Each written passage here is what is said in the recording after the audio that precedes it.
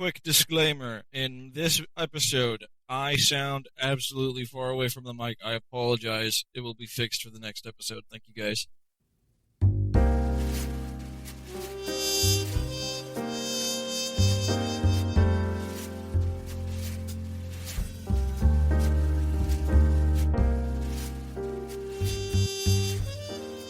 Hello, everybody, and welcome to the fourth episode of the Speakeasy Podcast with your hosts. I am Cayman Hernandez. And I am Bill Voigt. And here we talk about movies, video games, TV shows, and music. Yes, we do. How are you doing today, Bill? I'm doing good, man. A little tired. Had to get up kind of early today to take the wife to the airport so she can go enjoy some brother-in-law time. Mm-hmm, you know, go hang out with her brother in New York City and have a good old time. Get some culture. All right. To introduce the cigars that we are smoking today, go ahead and Bill, you can go with yours first. Mine is the typical tried and true Metallica blackened M81. We love those cigars for sure. I know that for sure. Yes. For me, I am smoking the Olivia Series O cigar today. So good. Which I think I've had it once before. They make great cigars. They're another one of the good ones. Yummy, yummy, delicious tummy. Alrighty, so let's go ahead and get into what we're going to be talking about today. So we're going to move on to the Techno Underground for the first segment here. And we're going to introduce this with talking about Nintendo's lost a major patent lawsuit for their you want to have a mount system in your game? Well, too bad, bucko. Yep, pay Nintendo. Or you want to summon and capture a little creature, you put it in a ball? Nope, pay Nintendo money. Well, they lost that patent in Japan, their homeland, because it was deemed unoriginal, and rightfully so, because there's been millions of games before Nintendo had Pokemon that had mounts and captured things. World of Warcraft is one of them. Yeah, can you imagine any MMO game that has like any? Can you imagine playing an MMO game that has Nintendo's licensing on it for mounts? That would be crazy. That is a ballsy move by Nintendo right now, and it's because their motto for gaming right now is to patent everything and to lock you down so hard, you know, when it comes to, you know, just all the stuff with the Switch too. Like, I get so frustrated because just move with the times. You know, it's like we were talking about, they're raising the prices of physical media so that you don't buy it, and they're lowering the cost of digital media, and they're the same thing because one's a key card and one isn't. Right. And they want you to lock you into an ecosystem, and you don't own your game, so they can have supreme control. Well, I mean, yeah, even like you were saying, like the Switch 2 cartridges aren't even like actual game cartridges anymore. They're literally just digital keys. Well, right? they make it unappealing for the developers to put them on there. Right. They restrict the amount of storage, and if you want to have more storage, you have to charge more for your games, and that's not fair. I mean, business isn't fair, but there's obviously like, oh, we want you to go this way, so this is what we're going to do. Yeah, I mean, I think about it a lot of like why Nintendo is so grummy about like anything that's their IP and like sharing it, right? Because I've played, you know, thousands of like fan-made games, and like one of my favorite franchises from Nintendo is Metroid, and they shut down a indie development team that spent like 10 years making their own Metroid 2 remake, and it was like one of the best fucking Metroid games I've ever played. And then, you know, the next day after it came out, they were like, shut it down, and then they didn't even want to have it be in you know, the Indie Hall of Fame with like, you know, things like Brutal Doom and whatever being up on there. They like canceled it from those awards. And like Nintendo is just ever pushing to become, I don't want to say like Sony in the eyes, but like just become this like... They're worse. Yeah, in terms of legality, for sure. So here's another good example of that is a Nintendo Switch owner bought a used game cartridge from GameStop, or it was a Facebook Marketplace. And the game was deemed illegally used. Like maybe the person that owned it before put it on one of those like new memory cards cartridges or whatever. Yeah, and they canceled the guy's, or they suspended the guy's account and his Switch. Yeah. Or you mean they bricked it? Yes. Was it a Switch 1 or a Switch 2? Switch 2. Yeah, Switch 2 is like anything that they find that's like... that's insane, right? They'll brick it like completely. $450 plus tax to have Nintendo tell you that you're not allowed to use things that you paid for.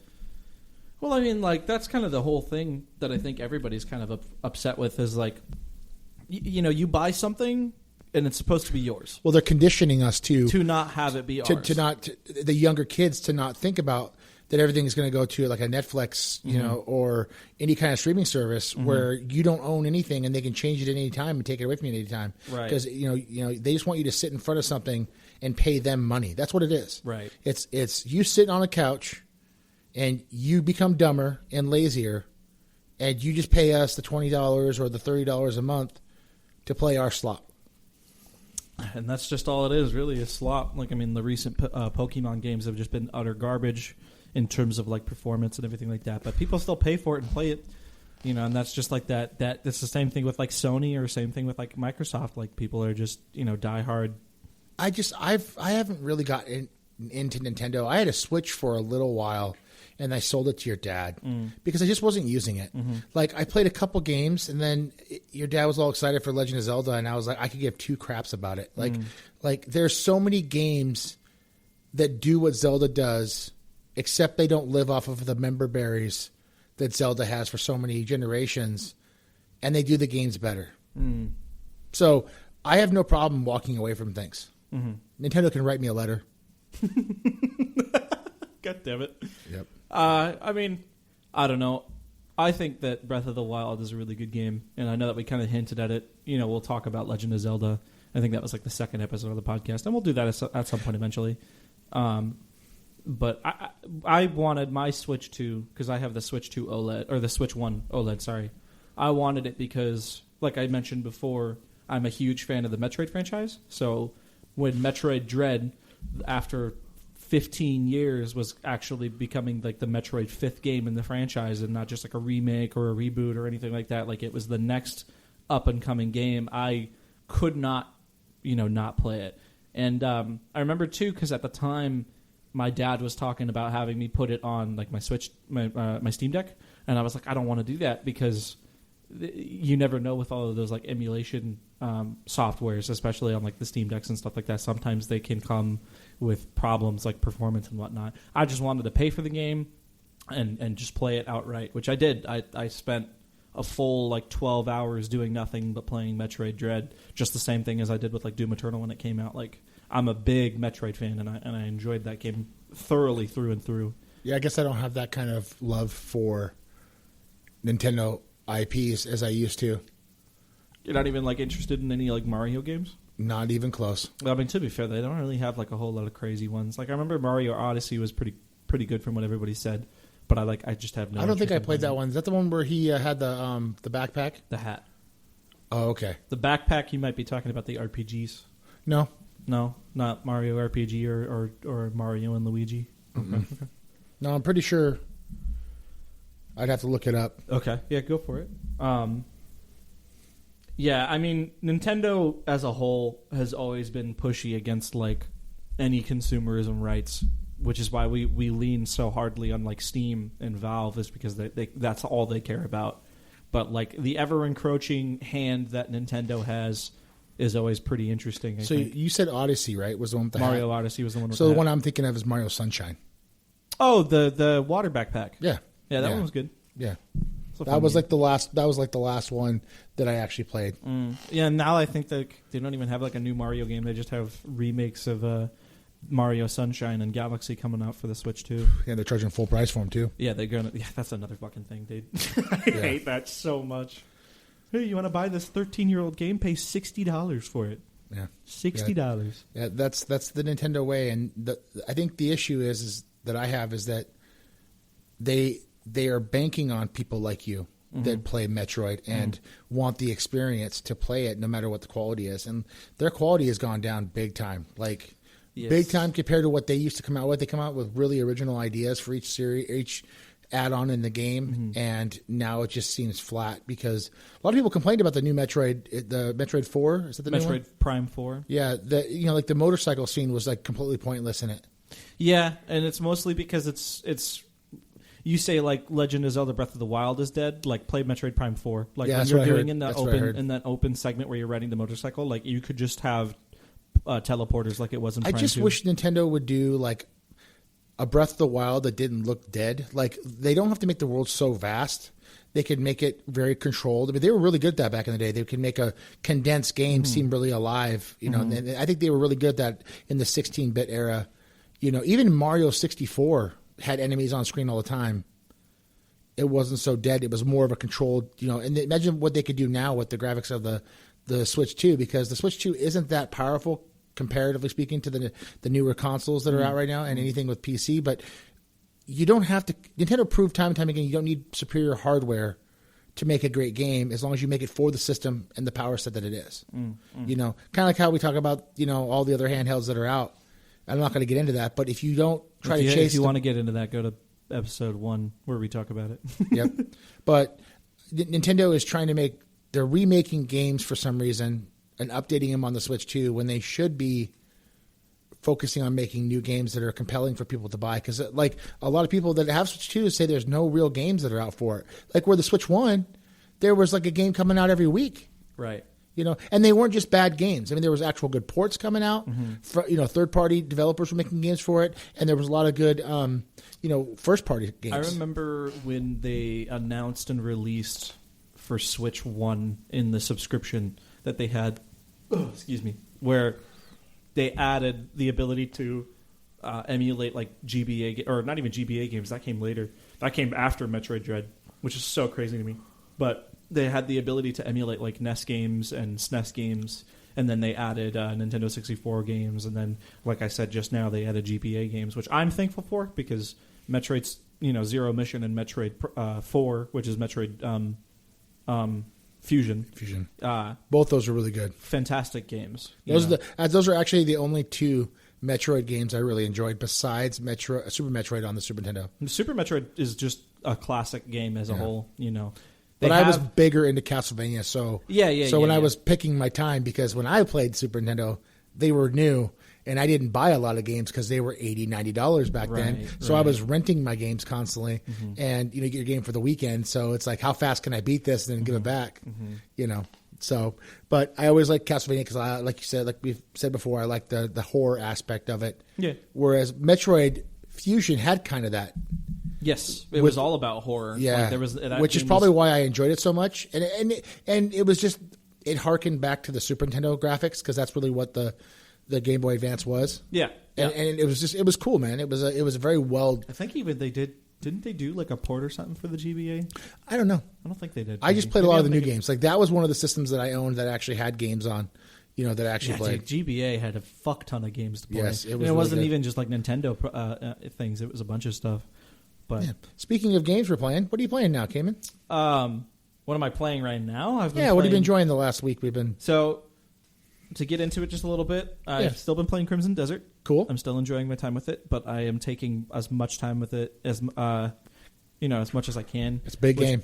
Yes. Well, I mean, I'm also not like hella far into it. Like, I'm still early game compared to like what other people do. But, you know, the thing is with that is that I play a lot of multiplayer games with friends and stuff. So I've been focusing on playing with them and, you know, doing that. But on my times off, like, you know, I'll play Crimson Desert, or I'll play the two games that I've been getting into recently is Darkest Dungeon 1 and 2. I fucking love Darkest Dungeon. Not only because of the art style and the way that it plays, because I love strategy games, you know, turn-based strategy games, but just because it's like Dark Souls, you know. And I know that we say that, you know, ironically, in terms of like, oh my god, it's a challenging game, so it's like Dark Souls, but yeah, that's why we use it, because Dark Souls punishes and rewards you. We talked about it before, but which I want to save that discussion for an episode. That series sparked a lot of games to do that, and to make us better and make us, you know, enjoy losing to succeed later. Like, I'm playing a game right now that's just like that. Blood West is very punishing. Like, it's a Western game, and it's a roguelike, and you do missions, right? You have, you know, you go out, you scavenge, and you grab, you know, ammo, and you can buy and sell ammo, and I just died like 17 times this morning when I was playing it. And then you just resurrect weaker, and you have to go. You don't get your stuff back, though. That's the issue, is that if you go through and you mob a bunch of enemies with guns and stuff, and then you die, they resurrect and your guns are still low. So I do a lot of sneaking around, a lot of hand-to-hand combat. But it is really cool. I love the mechanic of you kill guys with guns, and you can pick up their weapons and you can pull the ammo out of them, and you collect the ammo. Once I learned that you could do that, it made the game a lot bit easier because it was like, now I'm not running back to buy ammo. I'm actually like, okay, keep my pistol out, keep my axe out. Yeah, I got this really awesome tomahawk axe in the game that's like one-shots creatures from behind, and it makes it a lot easier to sneak around and stuff. I am excited a lot for the expansion. I think it's just an expansion. It's called Scavengers. It's just more story content, more of the same, but I am excited for that. So you had talked about it last episode, and I bought Ultra Kill, even though I complained to you after the episode it was $24. It's a fun game. I didn't put that much time to it because I'm trying to beat the other game, Dusk, and that brings back some old school Quake vibes to me. Do you know who does the soundtrack for that game? What's that? Do you know who does the soundtrack for that game? No. It's Andrew Holsholt. Who is? He's one of the biggest metal composers for video games. Oh, dude! Indie when the composer. game kicks in with the music, I'm just like, yes. I'm pretty sure that's the same game. I'm pretty sure. Let me double check that for a Yeah, second. go ahead, double check. But going on to Dusk, it's a retro shooter. The graphics are not that great, but they're fun. And the game is just overall, sometimes it's unrelenting, but I can't stop playing it.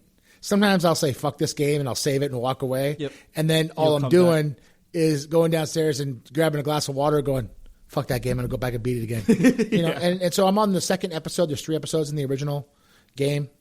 Those guys like to do episodic content. Yeah, so I'm halfway or a little bit over halfway of the second episode. And then by the 5th episode of our podcast, I'll be talking a little bit more about Ultra Kill because I'm going to go on to that. I just wanted to try it out, and it's very stylized, very cool, very retro, very fast paced. Yes. And so is Dusk, but it's a little slower. Yeah. But it's really cool. I think it's also not as vertical as Ultra Kill can be. No, it's not. It's the same aspect of Doom Eternal for me, right? That's why I've played. That's why I've played Ultra Kill a lot, is because it has the crazy. It's fast definitely movement, fast, and it reminds me of a retro version of Doom Eternal for sure. But I didn't want to give it up. I didn't want to split my time into 2 games. I really want to try and beat. I get sidetracked a lot, and since we're doing this kind of thing where we're talking about games that we enjoy, I don't want to give people listening to it a 5-second or like a YouTube short review. I want to talk about the game in general. And if you've played Quake or you played original Doom, it's just like those games, except you have the new age controls where you can look all over the place. It's very fast. I want to say that Evil Dead played a huge part in the horror aspect of that game, because Dusk or Ultra Kill? Dusk. In Dusk, because the fact that when he shoots the shotgun and he spins it like at the end of Army of Darkness, and then the shotgun, the dual barrel shotgun. I mean, that's in every cool game. The moment I got that, I was immediately teleported to 1991, and Doom 2 came up in my brain. And I was like, this is so much fun. And it does punish you, and it is difficult. It's like Bolt Gun, like we've talked about Bolt Gun before, and it punishes you on a medium difficulty. But it's still super fun. You mentioned it. I'm thinking about it. I would love to have a retro boomer shooter based in Evil Dead, where you're playing as Ash and you get the shotgun and the chainsaw. Sign me up, please. That would be really fucking cool to play that, and fighting the Deadites and shit. And so if anybody's a game dev on Steam, they want to make a game that we play, let's do that. Let's have the Bolt Gun team do it, because they would do it justice. I did get the opportunity to play a demo of a game called Road to Vostok. And it's a survival shooter, scavenge, kind of like, I don't know, I've never played a game like it before, but I know everybody else has. You get killed once, you die, and you have to go get your stuff again. And it's called a run back, or not a run back. Sorry, no, it's corpse something. It's like corpse. Well, you don't get your corpse back. You just resurrect it back in your cabin, and you're trying to cross a border. Oh, so it's just like a roguelike? Yeah, but it's a survival-based game where you have it's games like you've played multiplayer where you have hydration and you can break your legs. And what I really enjoyed about which is a really cool thing, is I love the fact that when you pick up a pistol that's off a dead body, or you find one inside a house, you can literally press the V key on your keyboard, and your character will turn the gun and check the ammo. and then if you're putting a magazine into a pistol, you can hit V and he'll look at how many rounds are in it, and then when you're loading it, you're literally going like you're manually loading it like in real life. It's like a 6-shooter. It's not like a mag. No, it's a magazine. So you're like loading it gotcha. you're loading a magazine. So like I was actually trying to fight a guy and I was trying to reload a magazine. I had one empty mag in my backpack, and so I was hiding from him. He couldn't see me, and I'm sitting there loading it. And I'm like, holy shit, this is taking forever. I would love to get you into like a VR game called Into the Radius. We talked about it last episode. I think I have a game like that on my PlayStation VR. I got you to check out Into the Radius 1 before Into the Radius 2 was coming out. Yep. Because Into the Radius 1, we were talking about it when we were playing the Alien game. I was telling you to check it out. You've been getting messages the whole time, motherfucker. Look who did forget to mute their phone this time. Or mute something. I don't know. That's my iPad. But no, I've checked out a few games, but, you know, we usually try to fill this podcast with as many things as we can, but I'd rather have quality. So I've been playing a lot of Dusk and enjoying myself in the retro shooter. Like I said, the levels are really fun, and the enemies are. There was a couple instances where I it brought me back to like the 90s. I literally hit a switch and a wall falls behind me, and like there's like 12 enemies behind it, and people are my wife's laughing at me because I was like, holy shit, you know, because I wasn't expecting it. Yeah. And the game punishes you. You don't get a lot of life. Well, you know, you take 10 hits, your character's done for, depending on the enemy. So I was gonna say though, I wanted it one of these days when like the Steam frame or something comes out where we can play Into the Radius 2, because it has those elements of like full survival. But imagine, instead of it being on a flat screen, you're in VR and you're having to manually load your that would drive magazines. me nuts because I hate doing it in real life when I do real guns. They make it easier.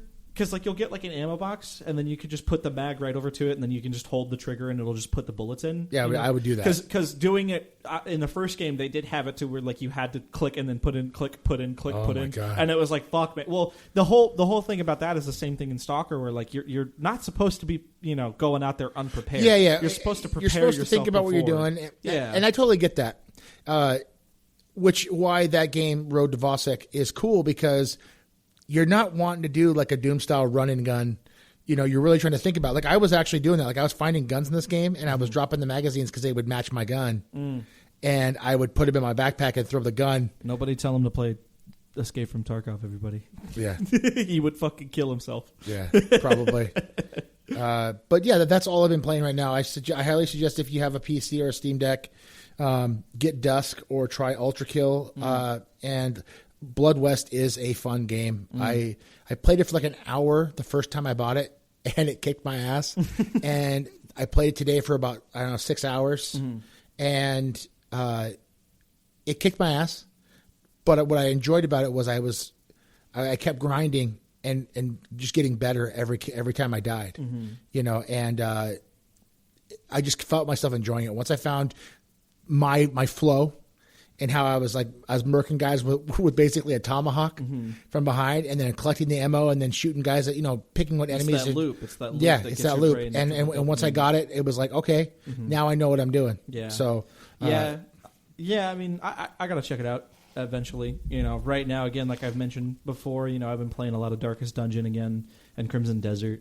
And then we've also played a lot of multiplayer games too. Yes, I play a shit ton of multiplayer games a lot lately. Hey, I'm going to take this on a curve. I want you to talk about a game that I think looks really cool, but I don't think I'd be any good at it, and it's the Finals. I want to save that for a whole episode. No, because I can talk about that game forever. Give the listeners a short, abbreviated fun, because there's a lot of people out there that play things like old school games like Unreal, and I know it's not the same, but the vibe of that game is like that excitement of running around. It's an arena shooter. Yes, in that aspect, yes, for sure. Just not like it's directly. more intense. I mean, anybody listening, I've never played it, but I get on Discord and I watch him play it with his buddies, and it looks super fucking fun, and it totally reminds me of those quick, fun. Like Unreal tournament, fast paced. Obviously, it's got more structure and more cool things in it. Like I love how you could be hiding in somewhere and they can blow the shit out of a building, which is totally awesome. Yeah. So, all right, sure, I'll go into it a little. Just do a small little snippet. So, the Finals is by everybody's favorite Embark Studios, who released Arc Raiders last year, I think it was. Everybody really loves that game, but it was their first game where it is a 3v3v3. Team-based cooperative first-person shooters. So 9 people? Yes. So 3 teams of 3? Yes. Okay. I mean, the one mode that we play is 4 teams of 3, mostly because I feel personally like because I'll just go into it in a minute because I got to explain it. So it's a 3v3v3 arena-styled first-person shooter where you build out your loadouts between 3 classes of light, medium, and heavy. Each of them have their own classifications and separate play styles with each other. And your main objective in the game is to collect these vaults that have a certain amount of cash in them. I think first round usually starts about like 5,000, and then it goes up to 15,000, and then it goes to 20,000. You have to take these vaults as a team and take them over to the cash-out boxes and then sit there and defend it for, I want to say like it's 2 minutes or something like that, while that opens up the opportunity for other teams to come in. And I haven't played it, but the amount of action that can happen in 2 fucking minutes seems like it seems like your butthole will be puckered up trying to defend shit. There are times where, especially in the main mode, which is called quick cash out, because the like I was going to explain a minute ago, but the mode 3v3v3. I personally feel is when you're wanting to like practice yourself or to better yourself as a team, right?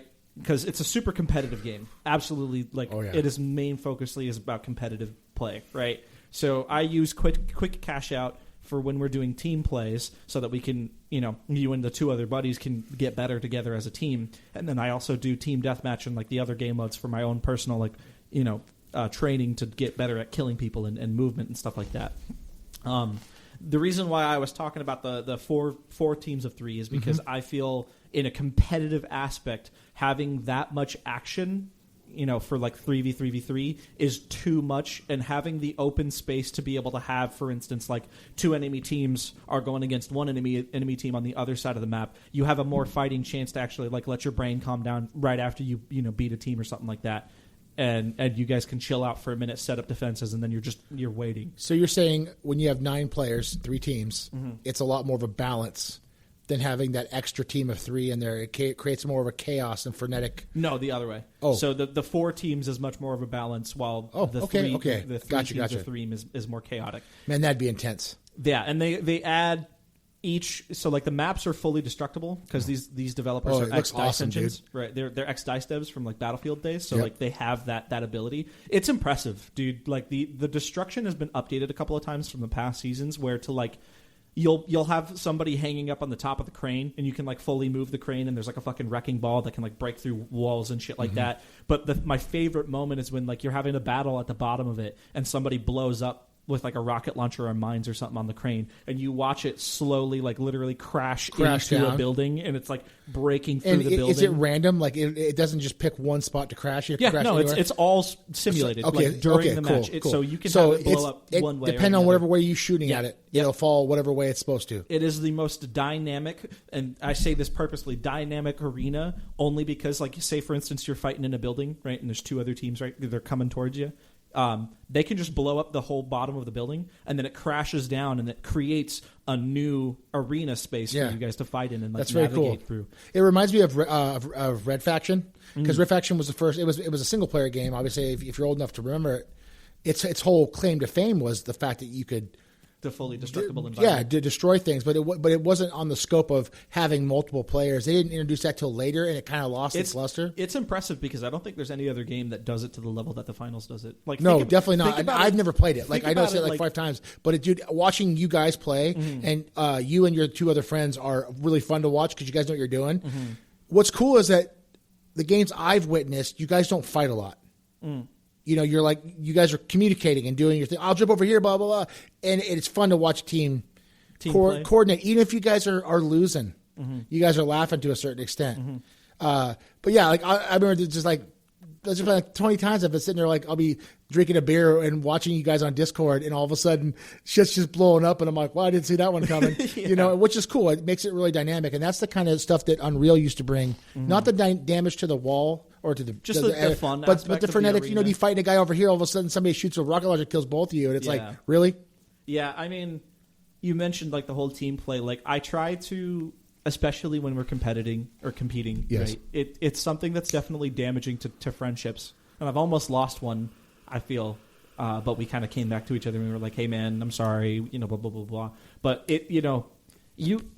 that game is my favorite PvP game to play. Right. Like, of all time. Like, it's I don't want to be like, oh, I just love it so much, so therefore I can't There's nothing wrong with loving a game, dude. Well, I know, but it's like there's a certain, not stigma, but like there's a certain thing when somebody says, oh my god, I love that game so much, that your brain goes, okay, well, they have a bias towards it, right?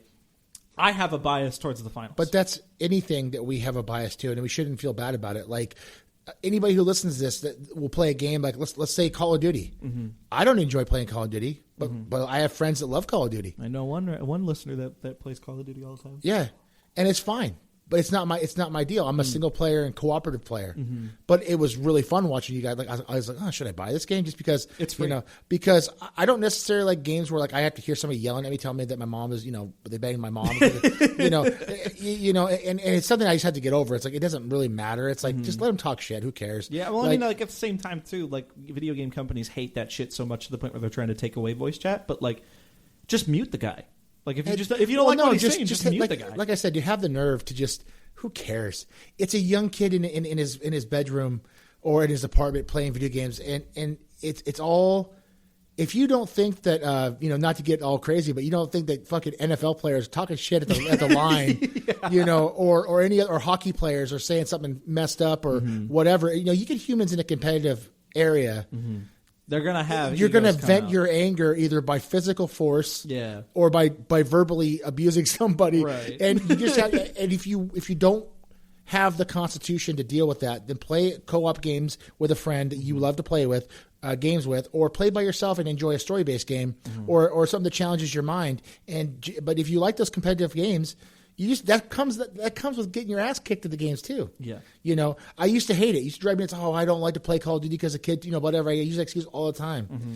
But sometimes if you just keep playing, you get good. And so, like I love the shit talking, right? Like it's fun when you can just like turn off your brain. Like when I played Call of Duty for the longest time, like that was the funniest part. Well, I don't know how many times I've seen you play a multiplayer game because I like watching you guys play games. It's fun just to not have to buy the game, watch your buddies play it, and. At the end of the fucking game, you guys are like, good game, guys. Mm-hmm. I mean, that's all it was for. You talk shit while the shit's high, right. and the rockets and machine guns are firing, and then at the end of the game, just say good game, and everybody's like, cool, man, whatever. Yeah, I mean, so it's interesting because I don't really take a look at that aspect, but I remember the only time where I actually started looking at it was when we were playing like Fragpunk, which is another multiplayer game that's a little bit more. Yeah. I saw that game too. It looks fun. Yeah. It can be fun. There's a lot of times where it's fucking brutal. You, my friend, I know we're dragging this gaming thing out, but I want to talk to you about one more thing. In the realm of multiplayer, what do you think of Deadlock?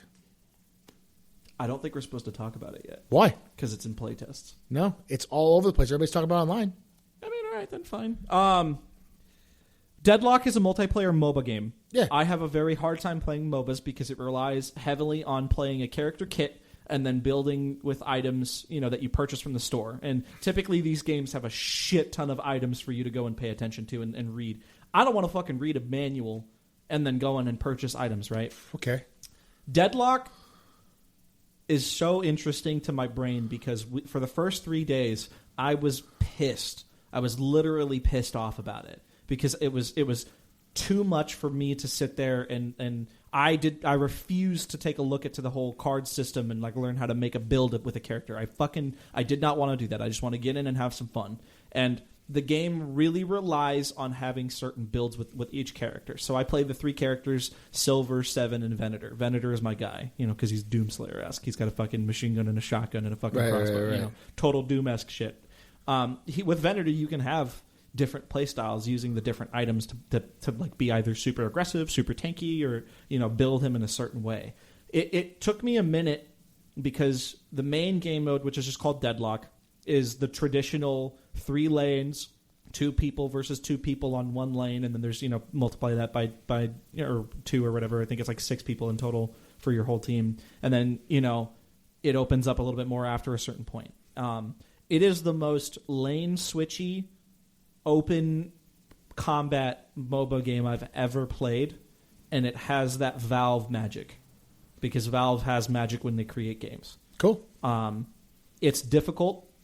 only in the terms that I refused to take a look at the card system and understand stuff. Right. But they have a second game mode, which is called Street Brawl, where it's 4 players versus 4 players on one lane, and the objective is for one team to either take out the enemy tower or wipe out the entire team together, and then that's a win. So if you die, you die. No. So you respawn, it just increases over the match time. Okay. It's in Fragpunk, it's that way, where if you die, you're fucking dead, and then you gotta wait, which is rough. It's a rough thing. In terms of like the competitive scene, right? Like the finals, the reason why we have so much fun, even at the end of a match, if we're getting our asses kicked or whatever, is because I feel, especially with me, like I can be getting my ass whooped and I still have a giant smile on my face after the combat scene or whatever, because the combat in that game is just so fun.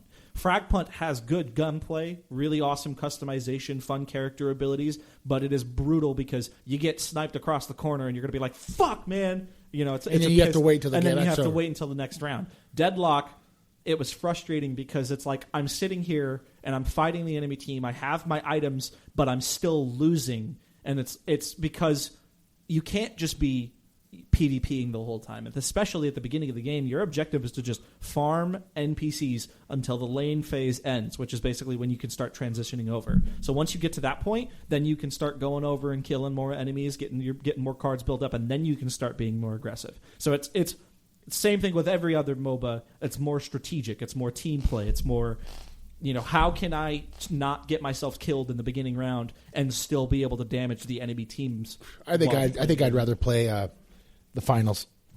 I think out of those three, I think that would drive me nuts. Because if I'm going to play card games, I'm just going to get my magic cards out and I'll play magic. I hate it too. But they have systems. So this is the only time I've ever seen it built into the game where you don't need another application for a MOBA. They have in the game a build browser. So you can take the top 10 builds that people have and then use them, right? As a guide? Well, they have like they'll do like build, right? So like you'll have like a little build screen, and then it'll say they can write down stuff, and it'll say left to right, right? So you're going left to right, early game, mid game, late game, and then they have like optionals and then counters and stuff like that. So it requires a little bit of brain process, but you can just queue it up and then have it auto buy. So like when you're in the game, like me, I'm a gameplay focused guy. I don't want to sit there and read for fucking minutes or whatever. I can just go, oh, this build wants me to early game be just basically like a fucking standpoint guy, and then I can have either a person behind me or in front of me helping dealing damage, and then it's like, okay, mid game, then I start building up the cards to where I can actually deal more damage to enemies and I can be more of a pusher, right? So then early game, you have a few items and you're going back and forth between the shop and the front lane and doing your shit and keeping yourself alive and keeping your buddy alive and just kind of like playing this cat and mouse game where you're pushing each other forwards and backwards until that ends, and then it moves to where you'll see people going across to the middle lane. And the map is big to where it takes you a minute to go across places. While I feel like in like League of Legends or Dota, which are other MOBA games and they're top down, it takes a quick minute for somebody to come and do a flanking maneuver. While in Deadlock, there's buildings and stuff that you have to climb, and there's tons of enemies that you can go and farm around there and stuff.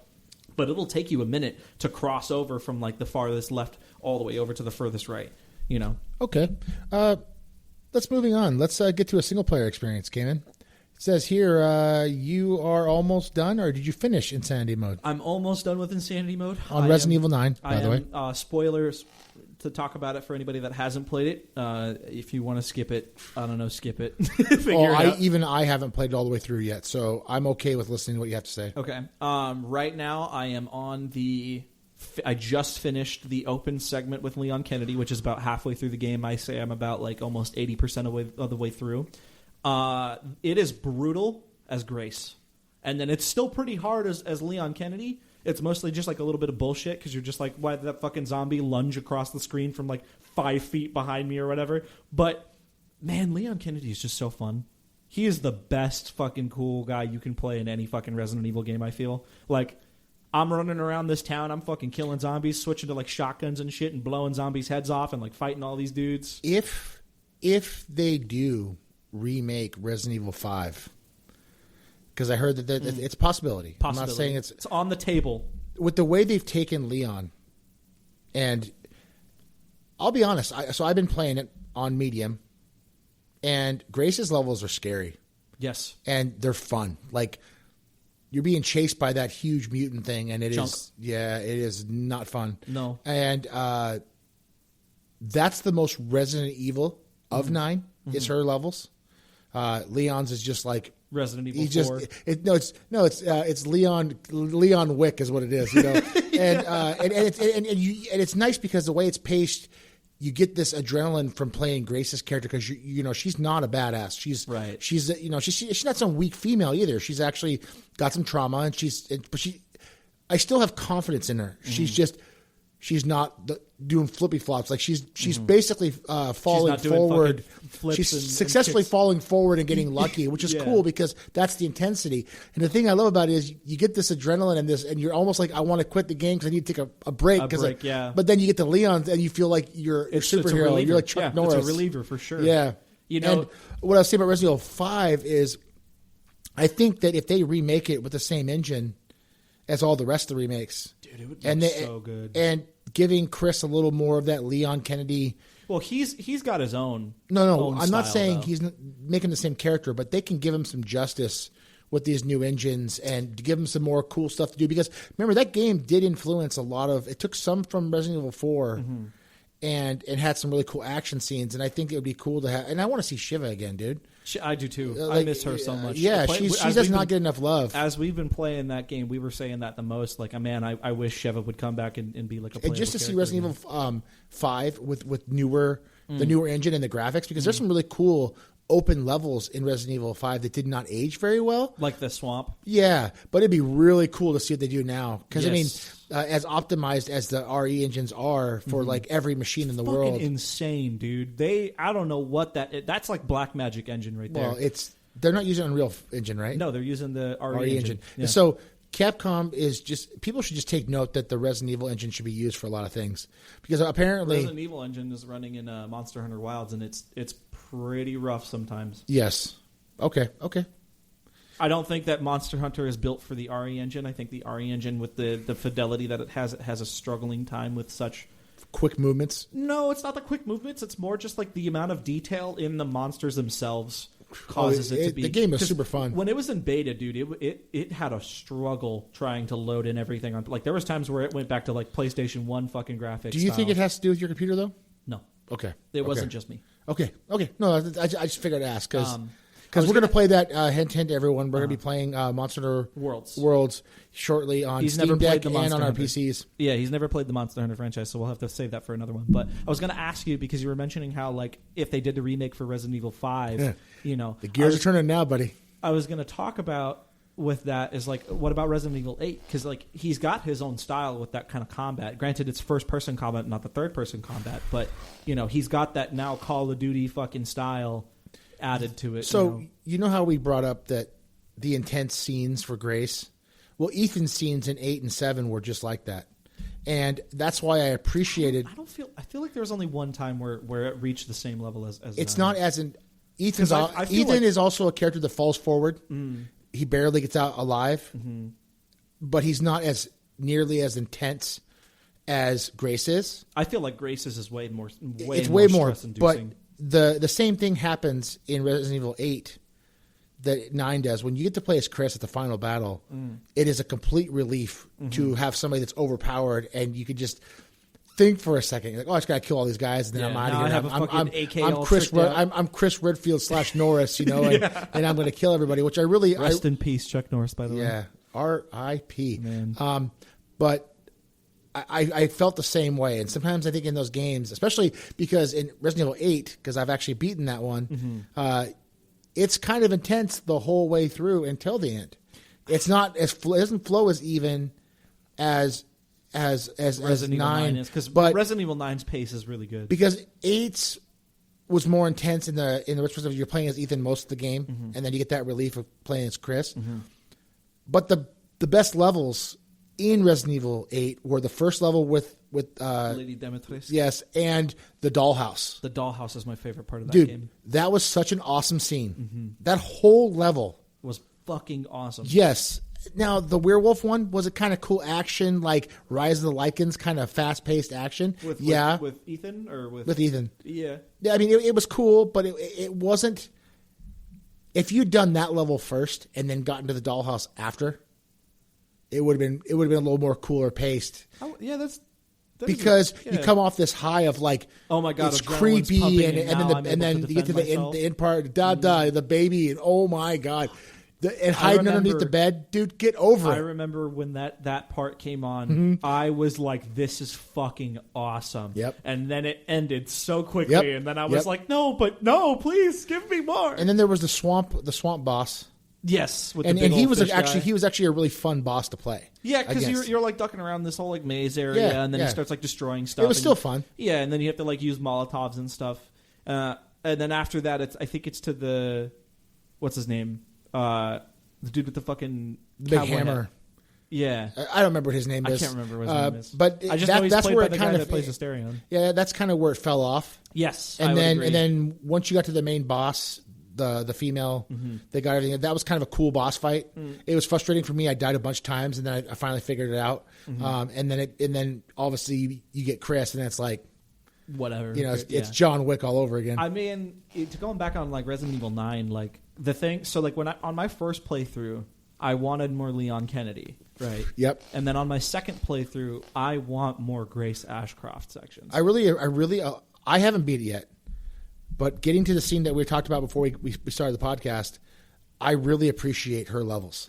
They're really fun. They're so fun. Even if Insanity Mode beats my ass, I still have those memories of like, fuck, dude, how do I get past this section? Which I'm not doing, but if anybody does venture into playing Resident Evil 9, if they haven't yet, because it's a popular game, I highly recommend just playing it on normal. Yeah, you don't have to play it on Insanity for the first time, because it is still an absolute pleasure to play. The thing I was also going to mention too is like with Resident Evil 9 on Insanity Mode, like the pace is slowed down so much more because I'm mostly like skipping most of the cutscenes unless if I want to watch a cutscene because I'm like, fuck it, whatever. I've already seen this. I just want to get straight to the game and like get past it, you know. The Grace sections take a lot longer than they do in the first playthrough, in the first playthrough, mostly because. You're fucking 4-foot little fucking blonde girl trying to go through and not die in this whole I don't fucking think Grace building. is that short. She's probably average height. Dude, like Leon Kennedy's like 6'4". No, I don't think he's that tall. I'm pretty sure. We'll figure it out later. Yeah. But I don't know. It's fun. I'm enjoying my time just kind of right now as I'm playing as Leon Kennedy, just like being a badass. That there's this whole exploration level that you have to do before you like go onto the motorcycle section. Then I remember when I played that for the first time, like exploring it, the atmosphere, everything was fucking perfect. It's so enjoyable. I loved every minute of it. Yeah. And like now I'm loving it even more because I'm like, yes, I'm fucking Leon Kennedy. For anybody who played The Last of Us 2, Resident Evil 9 is like Last of Us 1 and the 2 that we expected to get.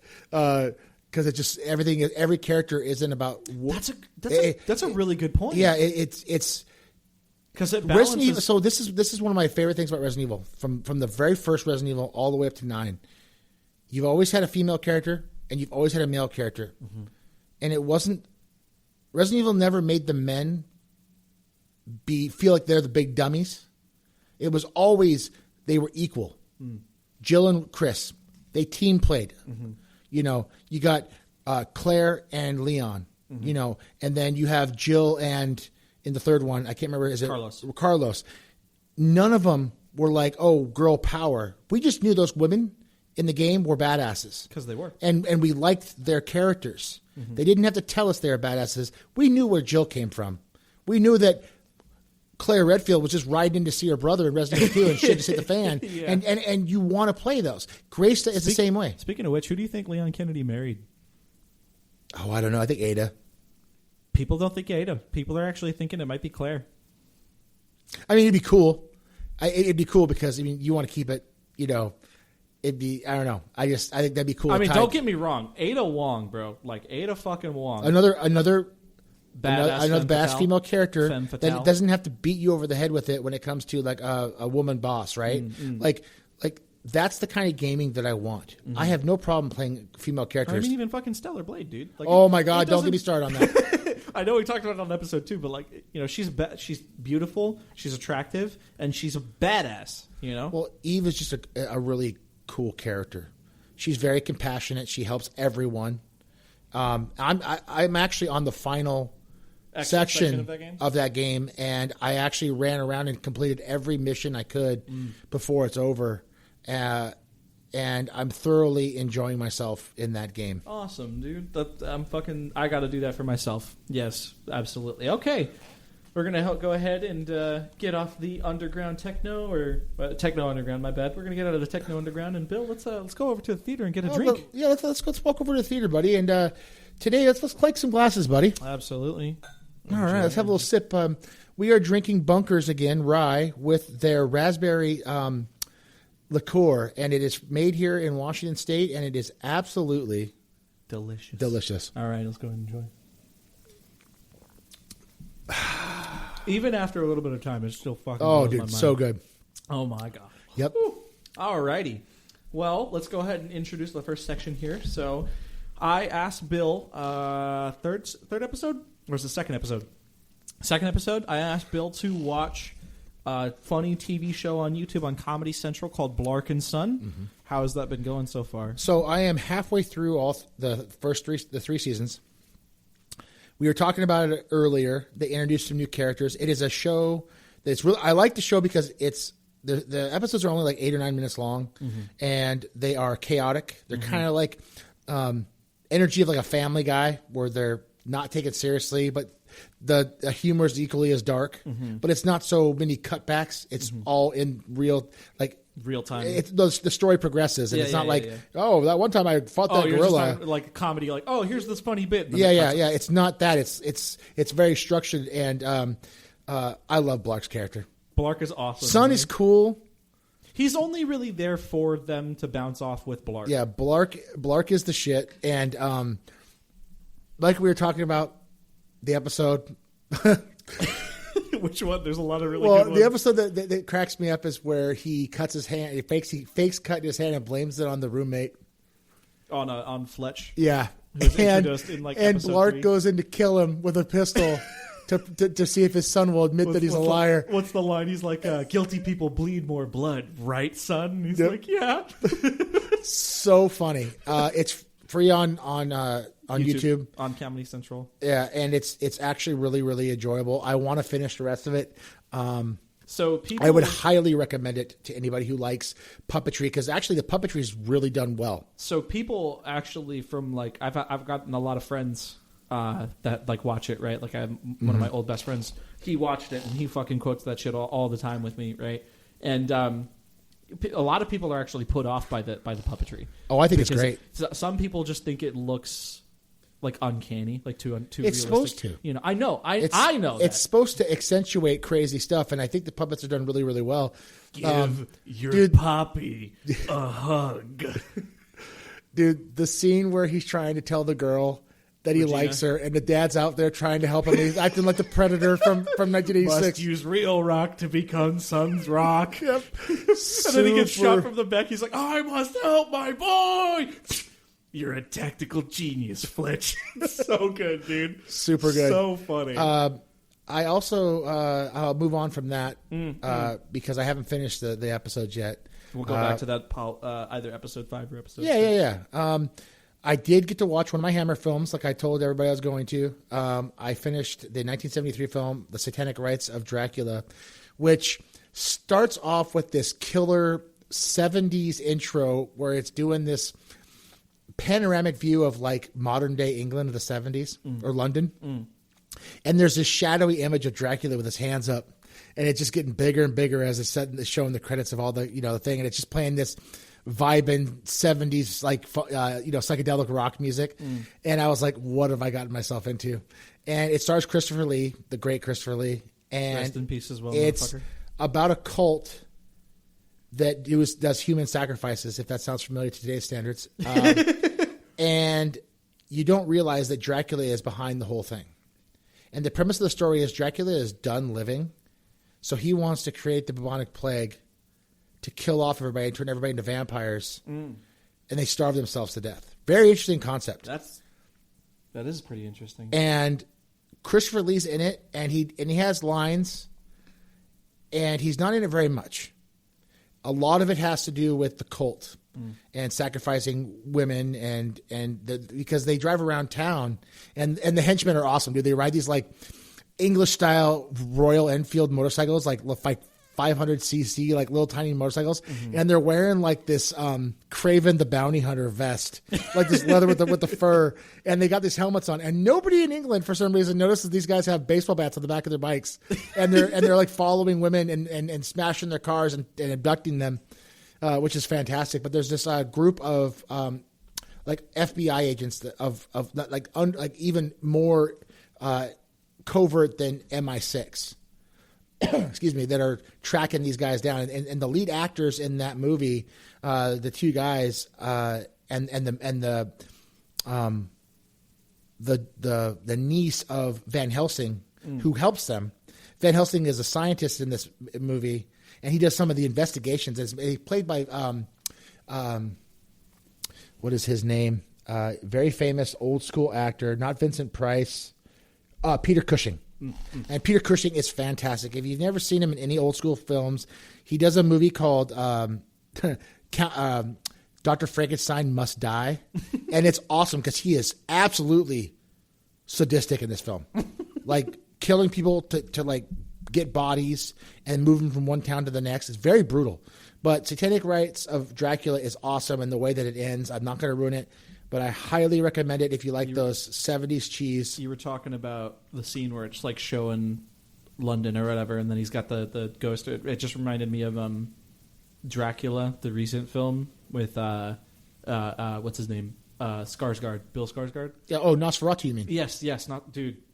You were just explaining that, but it's like totally opposite, where it's like more serious. That scene when the hand comes out. If I have to say that, I think the Hammer films have a lot of influence on modern horror, especially when you go back to like the Universal monsters when they remake them. Like, I wasn't going to talk about it, but Nosferatu is one of my favorite movies. I think we could talk about that on another yeah, episode. But we could talk about that. But some of the imagery, it's funny because we'll cut it short here, but you talk about that and then you watch old movies and you're like, you bastards, where it comes from. You know, for sure. But yeah, that was a great movie. I also got the opportunity to watch a movie in the vein of Shaun of the Dead called Cockneys vs. Zombies. Cockneys are Eastern London people. It's a kind of a different dialect and everything.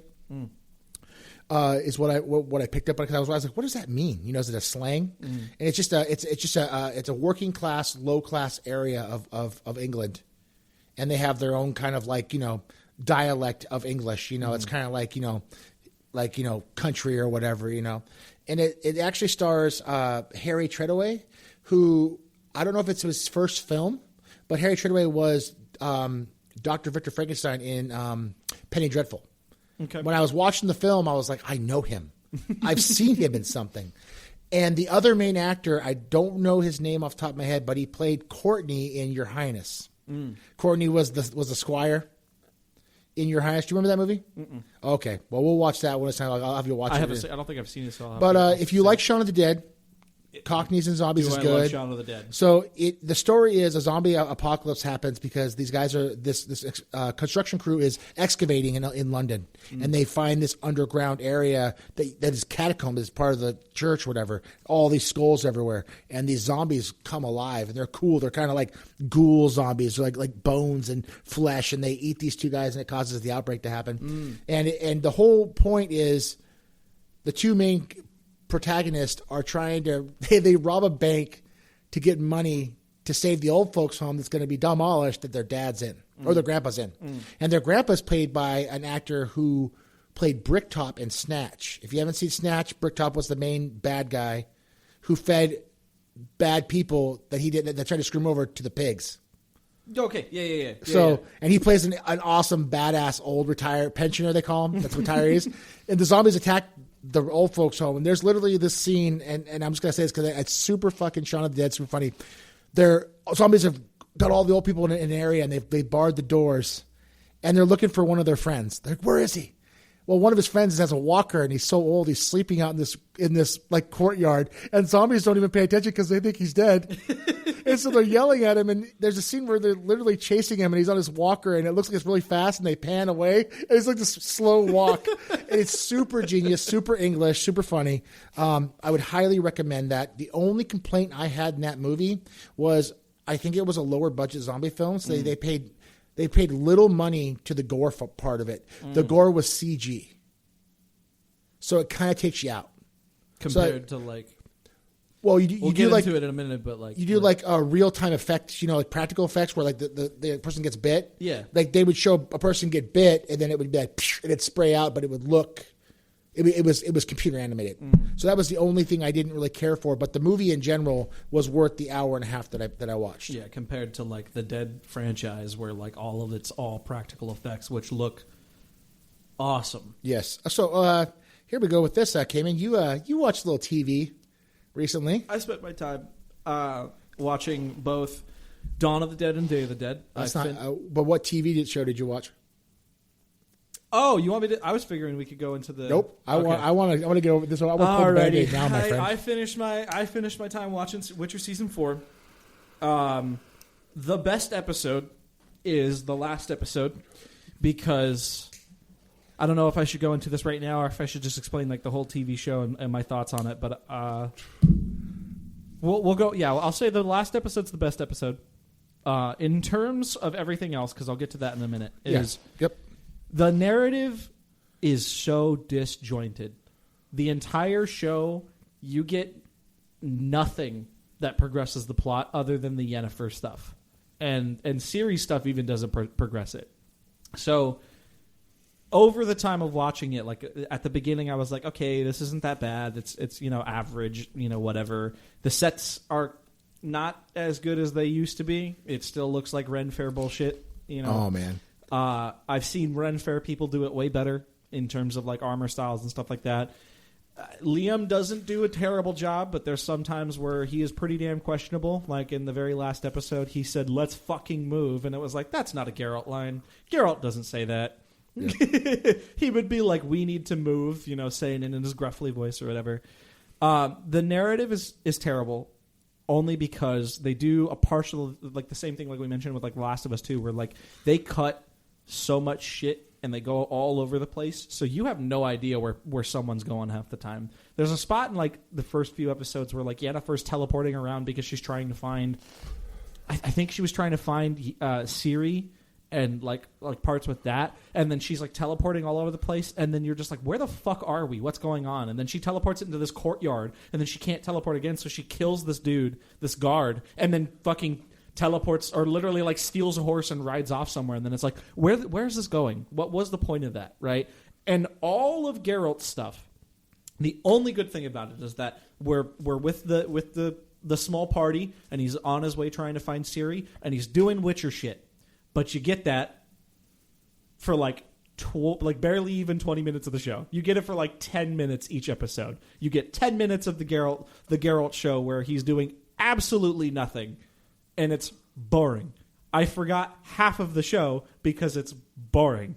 They reduced Geralt's story so much. And I mean, like, I know that the third book is all about Geralt trying to find Ciri, and it's it's playing between both of the sides where Ciri's with the rats. I'm actually reading that book right now. Yeah, and Ciri's with the rats, and then Geralt's trying to look for Ciri.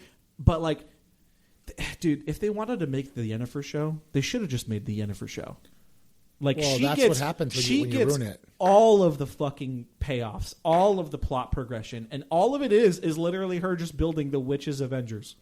And then they kill almost all of the Witch Avengers. And it's like, what the fuck was the point then? There's one of the episodes where she's like going into the fucking town, and she's like going through this crowd, and they're all like, "You're a witch," or blah blah blah, and they're like yelling at her, and then they like kill one of the main like side characters from the show that they introduced from like the beginning. And I'm like, okay, so she just dies then? There's no pay.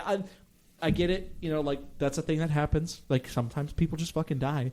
But if you're going to tell a story, you kind of have to have a point to go with it. It sounds to me from just I could sense the frustration because I'm on the third book, and you never get lost in the books. Yeah, you're lost constantly. Like they could go from one character to the other, and then come back to, like, I just did that where they were talking about Ciri, mm-hmm. and she was dealing with she's captured in the book, mm-hmm. and they're treating her like shit. They don't know how important she really is, right? I mean, I know that the rats also in the book are also not that enjoyable Right. as well. But when it cuts to scenes of like, it'll talk about a random elven huntress. And then They made an Asian lady in this show. But then they go into, then Geralt just shows up. And then they go back to Ciri again. I didn't lose. I just started reading into it. And I didn't even have to go back. My brain was like, oh yeah, that's what happened to her. And it all flows. And then as soon as it cuts back to another character, I'm like, oh yeah. And I remember what I read, 25 pages ago. And but it flows. Okay. So obviously you wouldn't recommend it. If you're a Witcher fan or you're into fantasy. If you're a fan of The Witcher, definitely not. Okay. It'll just piss you off, honestly. So, last episode, we talked about Night of the Living Dead. And I think I harped on you for needing to watch all of them. Well, before we move on to that. Yeah. Because I wanted to at least say some of the good things about The Witcher. Because there was good things about The Witcher? There was good things. Okay. The action is done very well. It's very choreographed. Even like fights with like monster scenes and stuff like that, they're very good. Okay. The combat between humans and like elves and stuff, it's very enjoyable to watch. The only problem with it is that, like I said before, you're constantly all over the place, so you're just kind of like that's mindless. A big deal, though. You're watching it mindlessly, but it's enjoyable combat. The best episode, like I was mentioning before, is the last episode, and that is because they introduced Leo von Hart or something. I can't remember his last name, but they introduced Leo, who's the Witcher killer, and he's this highly skilled combat veteran. And the reason why he's so good is because he's played by the guy that did District 9 and all those movies and like Chappie and stuff. And that guy, he just fucking kills it on screen every time. I remember watching Hardcore Henry, and he was like some of the best parts of that movie. But the ending is so good because I'll remember this exclusively. The writers and everybody in that team were like, you're going to be so sad at the end of the last episode because people that we think you're going to care about are going to die. The rats die, and it's pretty graphic and brutal, and it was awesome. It was so cool because Leo enters the stage and steals the scene 100% and decimates the rats. They have no chance against him, and he's just playing with his food and having fun. And they literally show Ciri, like he ties her up because he thinks, they don't. I guess he doesn't know that Falca at the time is Ciri until I think after the movie when he basically just like takes her and tries to train her for something or whatever. But he literally kidnaps her, ties her up to the post, and then is like slicing off the heads of the rats and placing them in this water barrel. And he makes her watch it. And it was like, dude, that's fucking awesome. Because it was dark, it was brutal, and it was real. Everything else in the show didn't feel like that. That's I don't know. Just from the previews that I watched, it seemed disjointed. It's terribly disjointed. There's so many times where I remember like I had to pause it because I was like, where the fuck am I in the timeline? Like, what is going on? And like I mentioned before, like everything with Yennefer is the only thing that progresses the plot. Ciri's plot and Geralt's plot, it's literally just like, oh, what is Geralt doing? Oh, he's sitting at a campfire, talking about emotions or whatever. And then it's like, oh, what's Ciri doing? Oh, she's trying to still be more morally good, and like while she's hanging out with these utterly pieces of shit that keep stealing and like killing people for no reason. Which is really weird because, like, you play the games. They try to make you care about the rats so much, but they're just pieces of shit that you don't. You don't play the games or read the books. It's all about Geralt, The Witcher, and Ciri. Like, Ciri's the second main character in that. Yes, and I mean, obviously, she is the plot device. Yeah, and this in the second book, like towards the end, she teleports, out of the mages area, and she goes into the desert and just gets her ass kicked by the desert. And it's I wasn't like, oh god, like I actually cared about Ciri's character. I was like, and the way the author described her thirst and how she was getting this brings it back condensation off her blade for water. That was intense, but they don't do any of that in the Witcher she TV literally show. Gets teleported out and then immediately finds the rats. Yes, and when you told me that, I was like, what? Yeah, just immediately finds the rats. They literally try to because season 3 was man, season 3 was terrible. They season 3 was like a pedal back where they tried to introduce stuff back from the books, but then it failed terribly because they still wanted to write their own fucking TV show. And it's like, if you're gonna write your own TV show, do your own damn TV show. Write the fucking goddamn books from The Witcher, because that shit is awesome. That's what we want to see. Yeah. And then they just keep doing like, oh no, we're gonna tell the Yennefer story where she's like this all powerful mage, blah blah blah blah blah. But everybody knows that, dude. Yennefer is a powerful mage, but she's not as powerful as she would be if she was with Geralt and Ciri. Like, that is the whole point of those in the books, is like they fight together and they're unstoppable. Geralt and Yennefer are quasi stepmom and stepdad to Ciri, and they form this really great bond where, like, no matter where they end up, and so terrible in the show when they did that too, because it just didn't feel real enough. They literally just like meet Ciri and then they're like, "We're gonna be your dad now." It's like, okay. And you're like, what? You're like, what? Well, where's character development? You know? Yep. Well, they didn't have time for that. I was gonna bring up something and then I just lost it. That's how important it was. I guess, right? Well, let's move on. I want to talk about the zombies. Okay, I checked out of The Witcher season 2, so I'm not the best person, but I'm not the only one that checked out. This was purely a challenge, and I wanted to watch season 5 when it comes out. And I wanted your brain to rot. So, speaking of rotting, you did go back and you actually did more homework than I expected, because I asked you to watch Dawn of the Dead for this podcast, and you ended up watching Day of the Dead, which is my all-time favorite out of the 3. And I want to hear your thoughts on Dawn of the Dead, the mall in the 1978 film. And what you think? I might enjoy Dawn of the Dead more than Day of the Dead, but I don't know. I haven't figured it out The yet. characters in Day of the Dead are so obnoxious. Yes. And so over the top. But they do a lot of stupid shit. They do a lot. It's so awesome. I mean, don't get me wrong. Like, Day of the Dead has like awesome set pieces in it. But Day of the Dead, the two smartest people are the pilots. The Irish guy or the Scottish guy and the black main actor. The again, it's another strong Flyboy main actor, black actor, and you're like, yeah, I want to hang out with these two guys. I want to hang out with those guys. Yeah, when they're sitting in that little area and they got their little like trailer and they're drinking alcohol and having cigars, and I'm just like, wait a minute, that's just me and you. Yeah, that's like the zombie apocalypse. You know, I mean, the Scottish guy. There's a scene where he's running through they throw him into the zombie caves, and he gets out. He like has a 357. Him and the girl get yeah. The Scottish guy gets the assault rifle. The guy that has the revolvers is the pilot, Flyboy, the black guy, because he literally knocks out the fucking. I can't remember their names, but the general guy, and then takes him away from him, and then oh man, there were so many moments. If they didn't have those two guys, the girl would have died. 100%. And I actually didn't mind her character. Like, my favorite character though is Buddy. Bub the zombie. I love Bub. Dude, that guy did an awesome job. It was so awesome just seeing him on screen, and like the scene when he sees the scientist dead, you can see that. Even like he's this dead soul, but like he has emotions, and he gets raged out. Yep. I was like, because all I had for context of that was the one scene that you showed me when he's chasing the dude, which he realistically portrayed getting shot in the shoulder and the fucking leg, and like the scene when he's just screaming and he's walking on the wall. I was Choke on it. Well, no, I know. Come on! Come on! He's like walking over so the door. good. But that's a realistic portrayal of how it would happen, because you wouldn't be able to use your arms and your legs if they got fucking shot. Okay. Yep. Yeah. But so to go back, because I watched Dawn of the Dead, and I'm going to admit I watched it high. I didn't mean to get high. Dude, you would not be the first person. That movie made $20 million, or was it?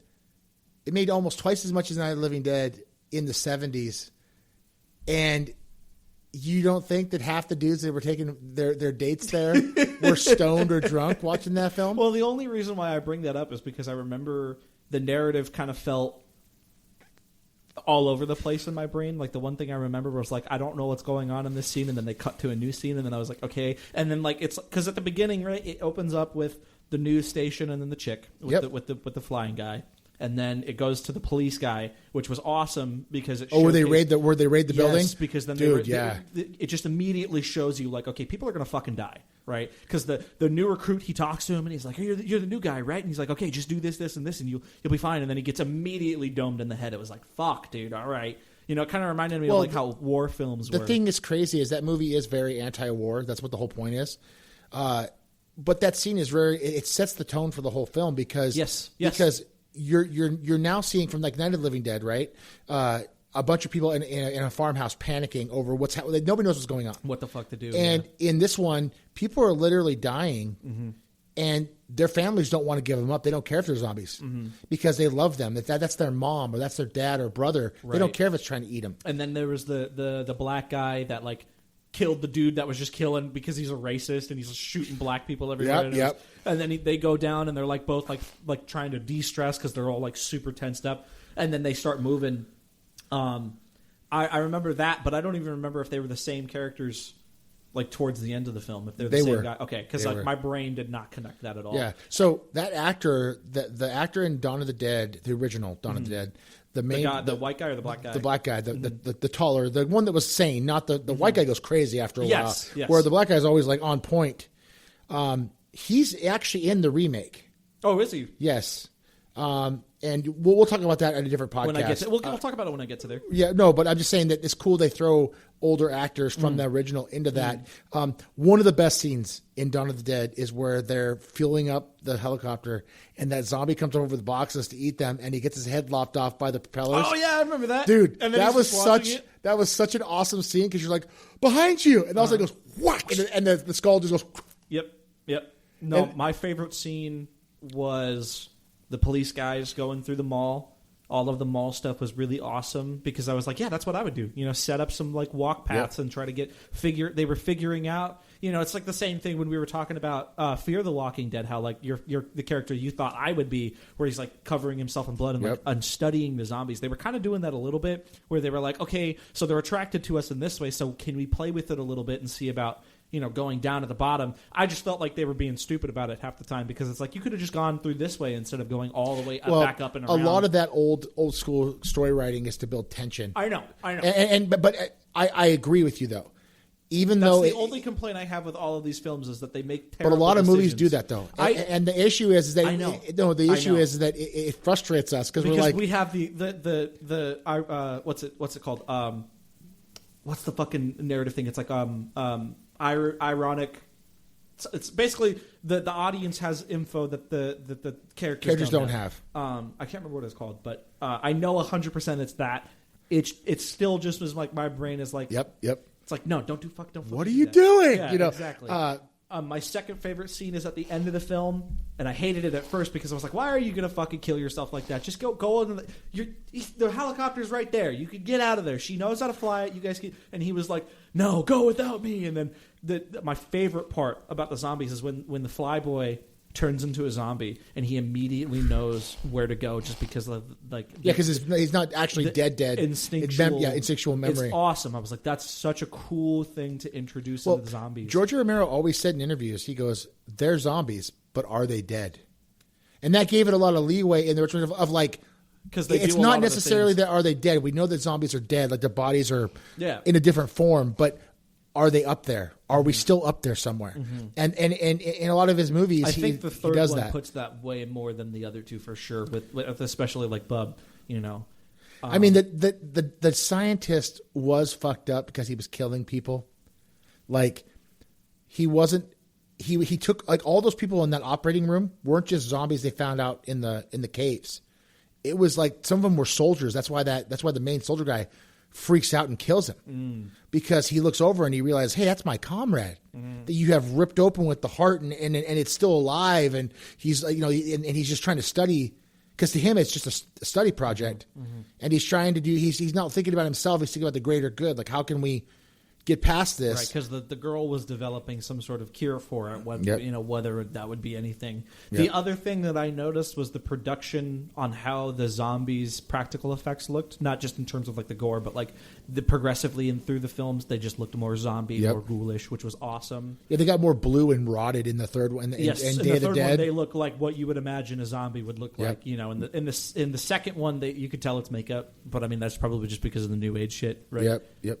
It's probably if I had to guess, because I do a lot. I mean, I think I'm right, but people in the original black and white had makeup on, probably similar to what they had on in Dawn of the Dead.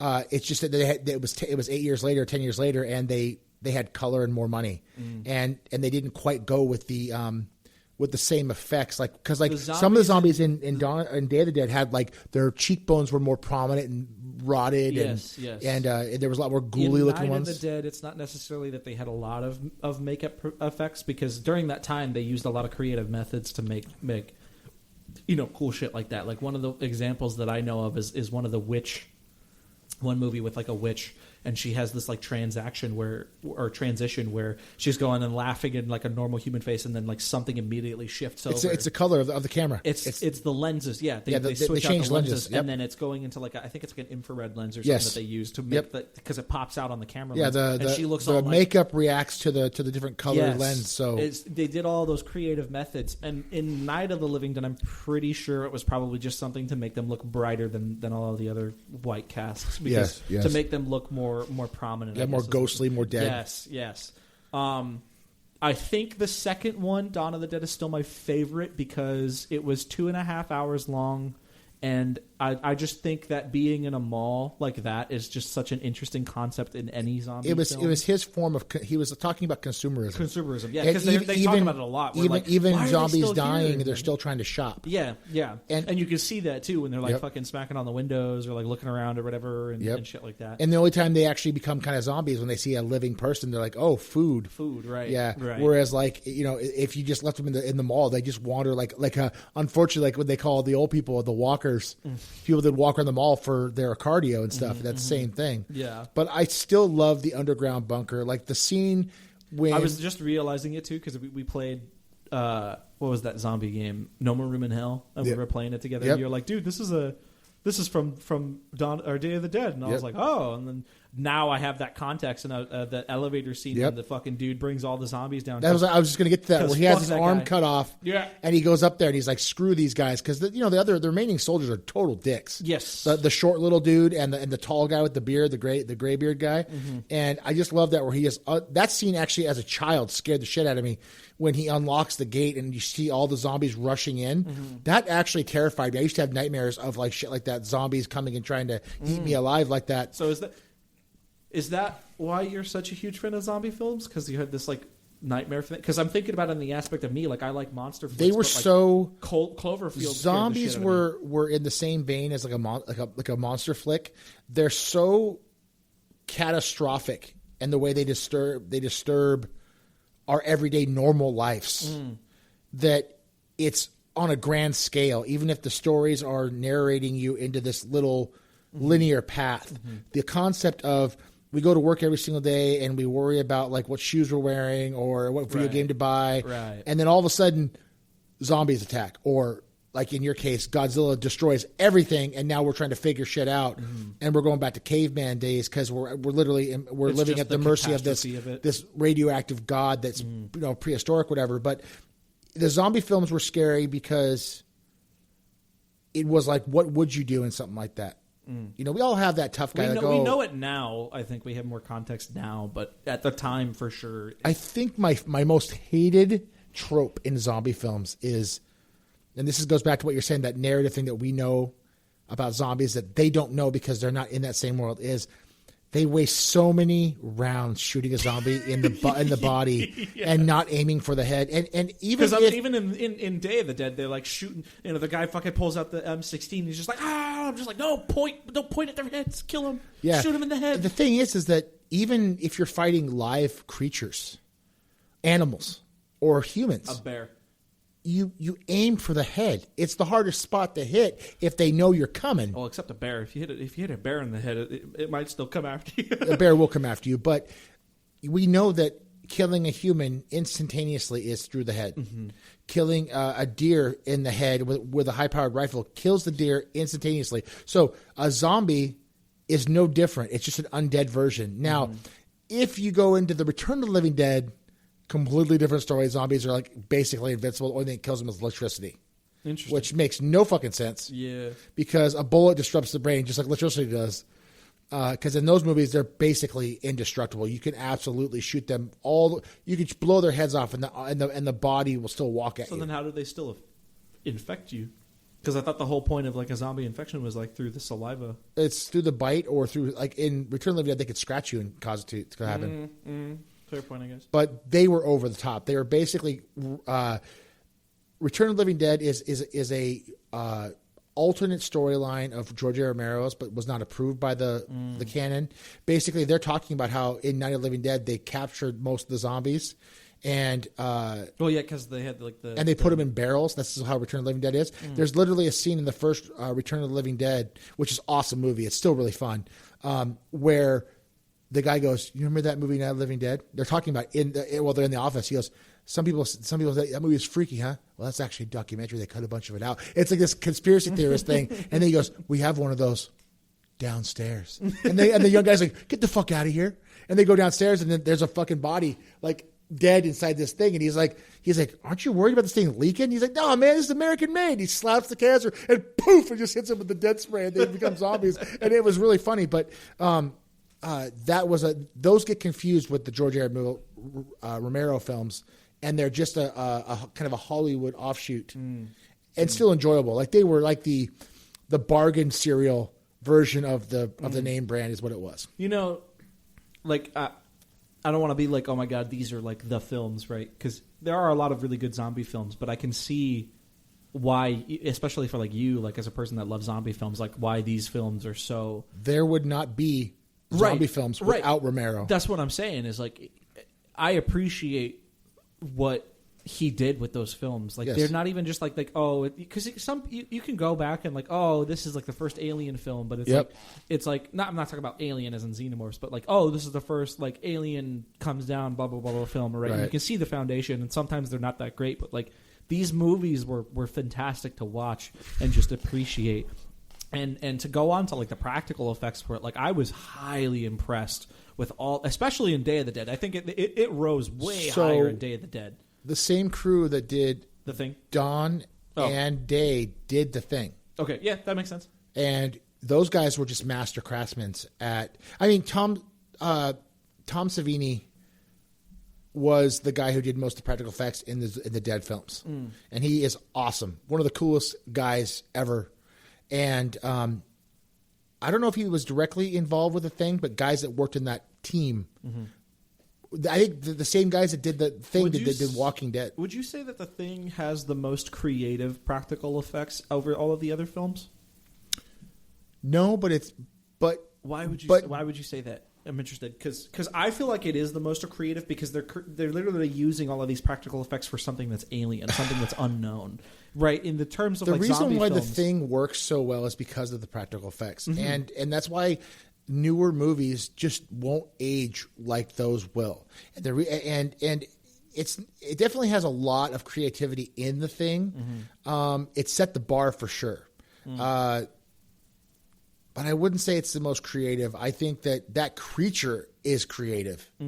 So I don't know, man. That's a tough one for me to answer because I don't want to disrespect The Thing because we love The Thing. To me, it's such a great film. Like, so I'm not the biggest sci-fi person like you and your father are. Well, I wouldn't even say that's 100% sci-fi though. It's definitely it's pretty sci-fi horror.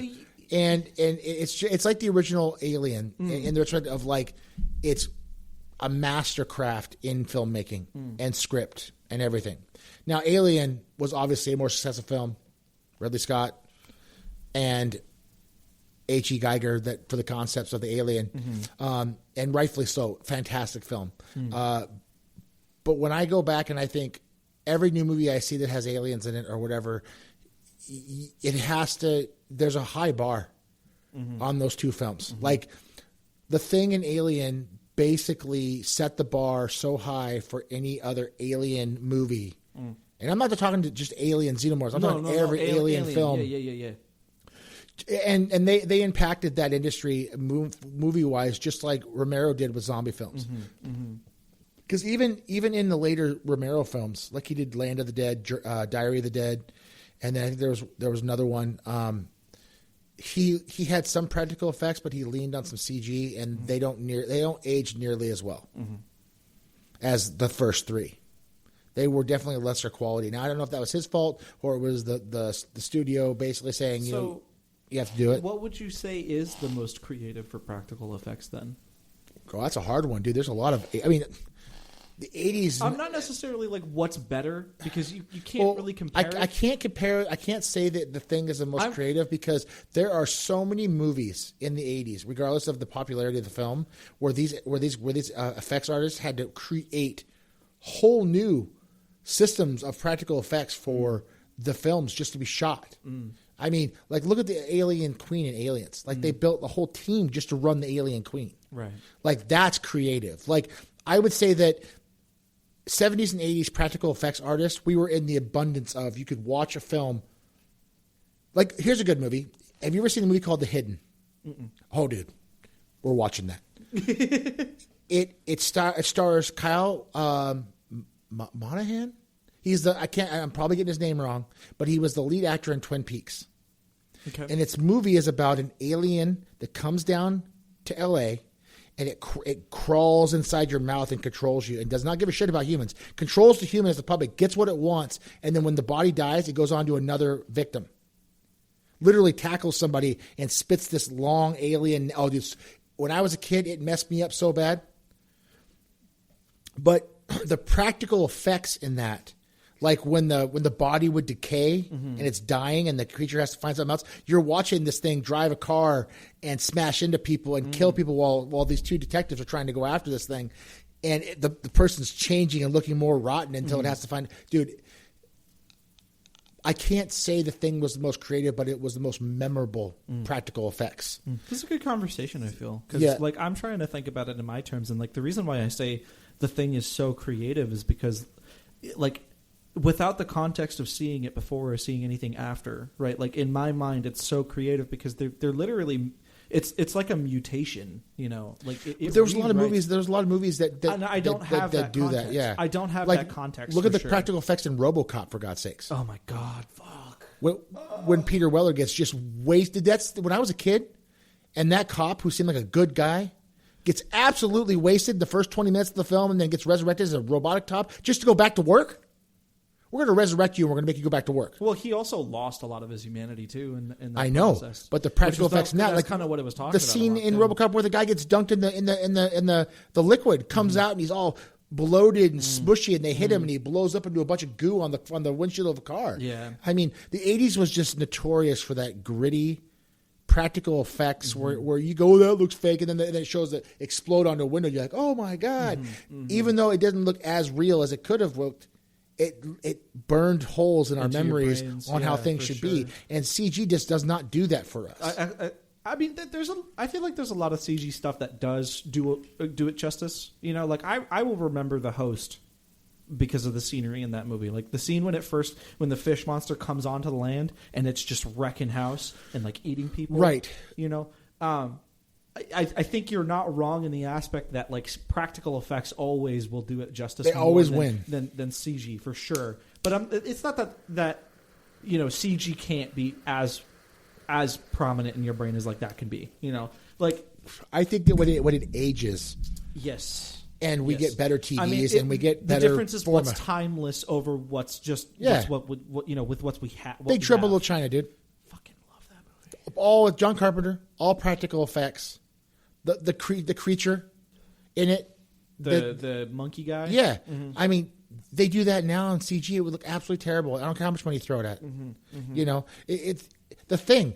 They did a prequel to The Thing, and the original director wanted to do all practical effects, and they said, "Screw you, we're doing CG." And some the movie of the practical bombed. effects looked fucking awesome too. Yeah, and they bombed, and the movie bombed because people that were going to see The Thing wanted to see practical effects, and that director got absolutely screwed over that. And all the cast members that were in it, they were all about it. You know, I do feel bad about that movie because if it had practical effects, I don't know if it would completely change the film into being great. It wouldn't have failed as bad. Yes, I think that, and I also think that it would have been one of those movies that you could go back and rewatch and enjoy it like the original. It wouldn't be as good as the original, but it would be. In terms of that movie specifically, I think the ending is really what ruined it for me. Over, you know, because like. Sure, the CG is never going to look as good as practical effects in both of our opinions. But I mean, like the CG in that movie, it wasn't too terrible to the point where I was just like, there was just a lot of stuff that I was like, that's kind of dumb, right? Like in The Thing 2, which is the prequel to The Thing, where it's like the Norwegian shit. You know, the Thing does a lot of stupid stuff that like in the first film it didn't do, right? And I know that this might be just because it's the Thing 1 is further in the future than Thing or the prequel. I don't think it's that far in the future. Well, the thing is that this alien has been living for centuries. It's figured out how. Okay, first of all, it absorbs all your memories. Exactly, that's what I'm saying. So this creature is not stupid. It's done that with everything else. Yes, it's not a stupid creature. So for it to be dumb in the prequel does not make sense. That's the only thing I hate because about it. In the original movie, you're like, who the fuck is it? Yes, dude. The scene where those guys in the original where the guys are all tied up and they're doing the blood test. That's one of the best scenes in cinema history. Yes, and it comes out of the petri dish thing. Holy shit! I jumped out of my seat. And then the dude transforms right there because they figured it out. And Yeah, he fucking eats. I mean that's as scary as the scene in Alien at the very end where the guy's going through the tunnel and it just kind of does this. Yeah. It just kind of puts his hands out and does the open mouth, and then they just cut it, and you're like, your mind's blown. I mean, like, holy fuck, what just happened? Yeah, yeah, and that's why James Cameron is the best director of all time when it comes to making sequels, because nobody can do a sequel like James Cameron. Terminator 2, Aliens. Like, everybody loves Aliens. Yes. To the point where it almost shadows Alien. And Alien is terrifying. And Aliens is terrifying, but it's got this awesome military and camaraderie. And then Terminator 2 is the same thing. Terminator 1 is far more serious than Terminator 2. Because they're teaching the Terminator to make no problemo and stuff like that. Yeah. But it's the very same formula. And in all those movies, it wouldn't be where they are without practical effects. But James Cameron is literally, in my opinion, the only director, and I know we've gone off what we're going to talk about, but he's the only director that can do CG. Well, I mean, hey man, it's a discussion that we're talking about. James Cameron is the only director I trust, and I have not watched all the Avatar films. I trust to do CG in the right way. Like, do I think that his Avatar movies, are written well? No, I think they're very plain. But the reason why people keep going back to them is because the yes, CG in the because James Cameron will spend every dollar he owns to make the water look as real as possible. To make everything look as real as possible. And there's a part Pandora in James Cameron's Avatar feels real. It feels like you could go there and experience it. I should have seen the last two in the theater, but I've gotten a real bad habit of not going to the theater. But I don't even watch them at home. That's my thing. It's like, I'm not one of those guys that have gone straight to streaming. I just haven't watched them. Well, I mean, and they deserve to be watched on the big screen. So I just watched Fire and Ash, I want to say like the other day. And I don't first time or yes, okay, yes. I don't know if me seeing it in the theater would have changed my perspective on seeing it at my home. And I just think they deserve to be seen in the big screen on the IMAX. Is what I'm saying. Well, that's what I want to do with like the Dune movies. Like, I think those movies deserve you to go and spend money for the extra IMAX quality, because IMAX, there's some films that are filmed with. When's the third one come out? By the way, is it coming out like next year? No, it's this year. Is it really? Yeah, it's already. Yeah. Okay, you heard that, right, guys? So we're gonna go see that in theater. We are? Yeah, we'll go see it. We still got to go see Hail Mary. Yes. Which I want to go see. We'll go see that next week for sure. Okay. Alrighty. Okay. Well, we have two options. We can either skip to the next segment, or let's go to the next segment, because we kind of went off track on this, and I appreciate what we talked about. I mean, hey, man, as I think we've mentioned this before, as long as it's a natural conversation and we're not doing anything crazy, it doesn't really matter. Yep. So let's go ahead and move over down to the Stork Club. Oh, a little music, huh? Talk about some music that we're doing here. So you got a lot for this one. I don't really have. I do. I went down the rabbit hole of on YouTube watching reaction videos of the Righteous Brothers, and they did the song that's famous in Ghost. Unchained Melody. Okay. And I listened to a couple of their albums because they're short. Albums of that era are not long. They're 34 minutes long. I listened to some Blue Eyed Soul, and I went back and listened to Just Once in my lifetime, those two albums. And those two guys are so fucking talented with their voices, because there's no autotune, there's no junk. Yep. It's just pure talent. And it reminds me of when my mom used to listen to like Elvis and Patsy Cline. Okay. Because my mom was a boomer. Yeah. Well, hey, man, and there's just something about that era of music. That just like has like a speak. Yeah. Has like things that speak to you. Yeah. It just has, it's not like a simpler time or whatever. It was, it's kind of like practical effects for music. It's just raw talent and songwriting and talented musicians just writing things that because all they're writing is love songs and breakup songs. It's nothing crazy, but it speaks to you because of the way it's written and sang. And it just hit me on a different level. I think that's kind of the aspect to where, because I feel like during those periods, right, like 30s on to 90s in my mind is where music was generally written for the purpose of just, I have something I want to tell, and I'm gonna write it and express it to you. Whether that be a love song or not. Writing a hit album meant something back then. We'll go ahead and. I'm sorry. Writing a hit album meant something back then. And it's not to say that the people can't do that, because people nowadays, they have the ability to do that, and I know a ton of artists that can do that, but. Because you talk about how you've been lately on a lot of the old stuff kicks lately. Yep. And it's not to say that that's a bad thing or anything because it's not. It's great. I'm trying to re-educate myself on some of the old stuff because I wasn't into that when I was younger. As a younger person, it comes down to this in my mind, right? Especially in terms of just pop music, right? Because you could say Elvis and Johnny Cash and stuff like them. That's pop music for that era, right? Yep. It's come to a point now where the only thing popular is politics, but nobody wants to listen about politics unless if you have something really you want to say. Well, and here's one of the bigger problems. Sorry, You're good. Is that without saying anything, you don't run the risk, and then when you say something, you run the risk, right? For instance, if I were to say something political now, I run the risk of having some people hate. Yep. Right. Yep. I don't feel like that was something that could happen, especially during even the 2000s, right? Right after people didn't have a voice to do on social media. Yeah, they can't band together with a bunch of people that are also equally as offended, right, about something. So and it's not to say that it's bad, because everybody should be able to voice their opinion in any way that they want, right? Whether that be in a music or a movie or whatever. That's all we do is give opinions on stuff. Yeah, exactly. And what it is that people now, especially considering how long we've been here and how long we've had expression through music, it's hard to really have a voice, whether it being a technical, like a skill, or to just have a writing talent. Because there are guys that don't have the skill, but they have the writing talent to write something absolutely great. Well, to be fair, that happened all the time, since the dawn of time, since the 70s. No, go back. I mean, even talking about the Righteous Brothers, I would be probably wrong to say they wrote all their songs. They had somebody that was talented that could write lyrics, and they were the tool, and they took the credit for singing it. So it's like when a director tells an actor how to do something. The actor is the vessel, right? Yeah. And so the actor portrays how the director wants, and it either hits or misses with the audience because you're selling a product. So you can have these talented guys that sing these songs, and it may bomb, but it still sounds good. The problem is it's just a hit. The thing is that the 60s was also, just like right now, we had war. We had politics. We had, people that were protesting in the streets. It's no different.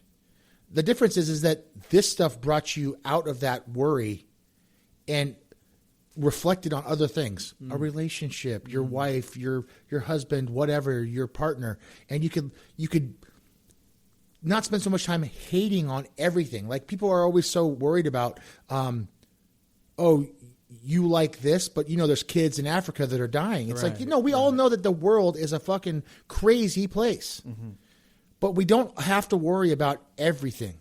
If we spent most of our time just being good people, we could change the world one person at a time. Well, that goes down to just being an individual. You don't have the responsibility of helping out those kids in China. It's not that I don't care about those kids, but here's how this is off topic of movies, but we're getting into this subject. I buy goods made by people that have good working conditions 99% of the time.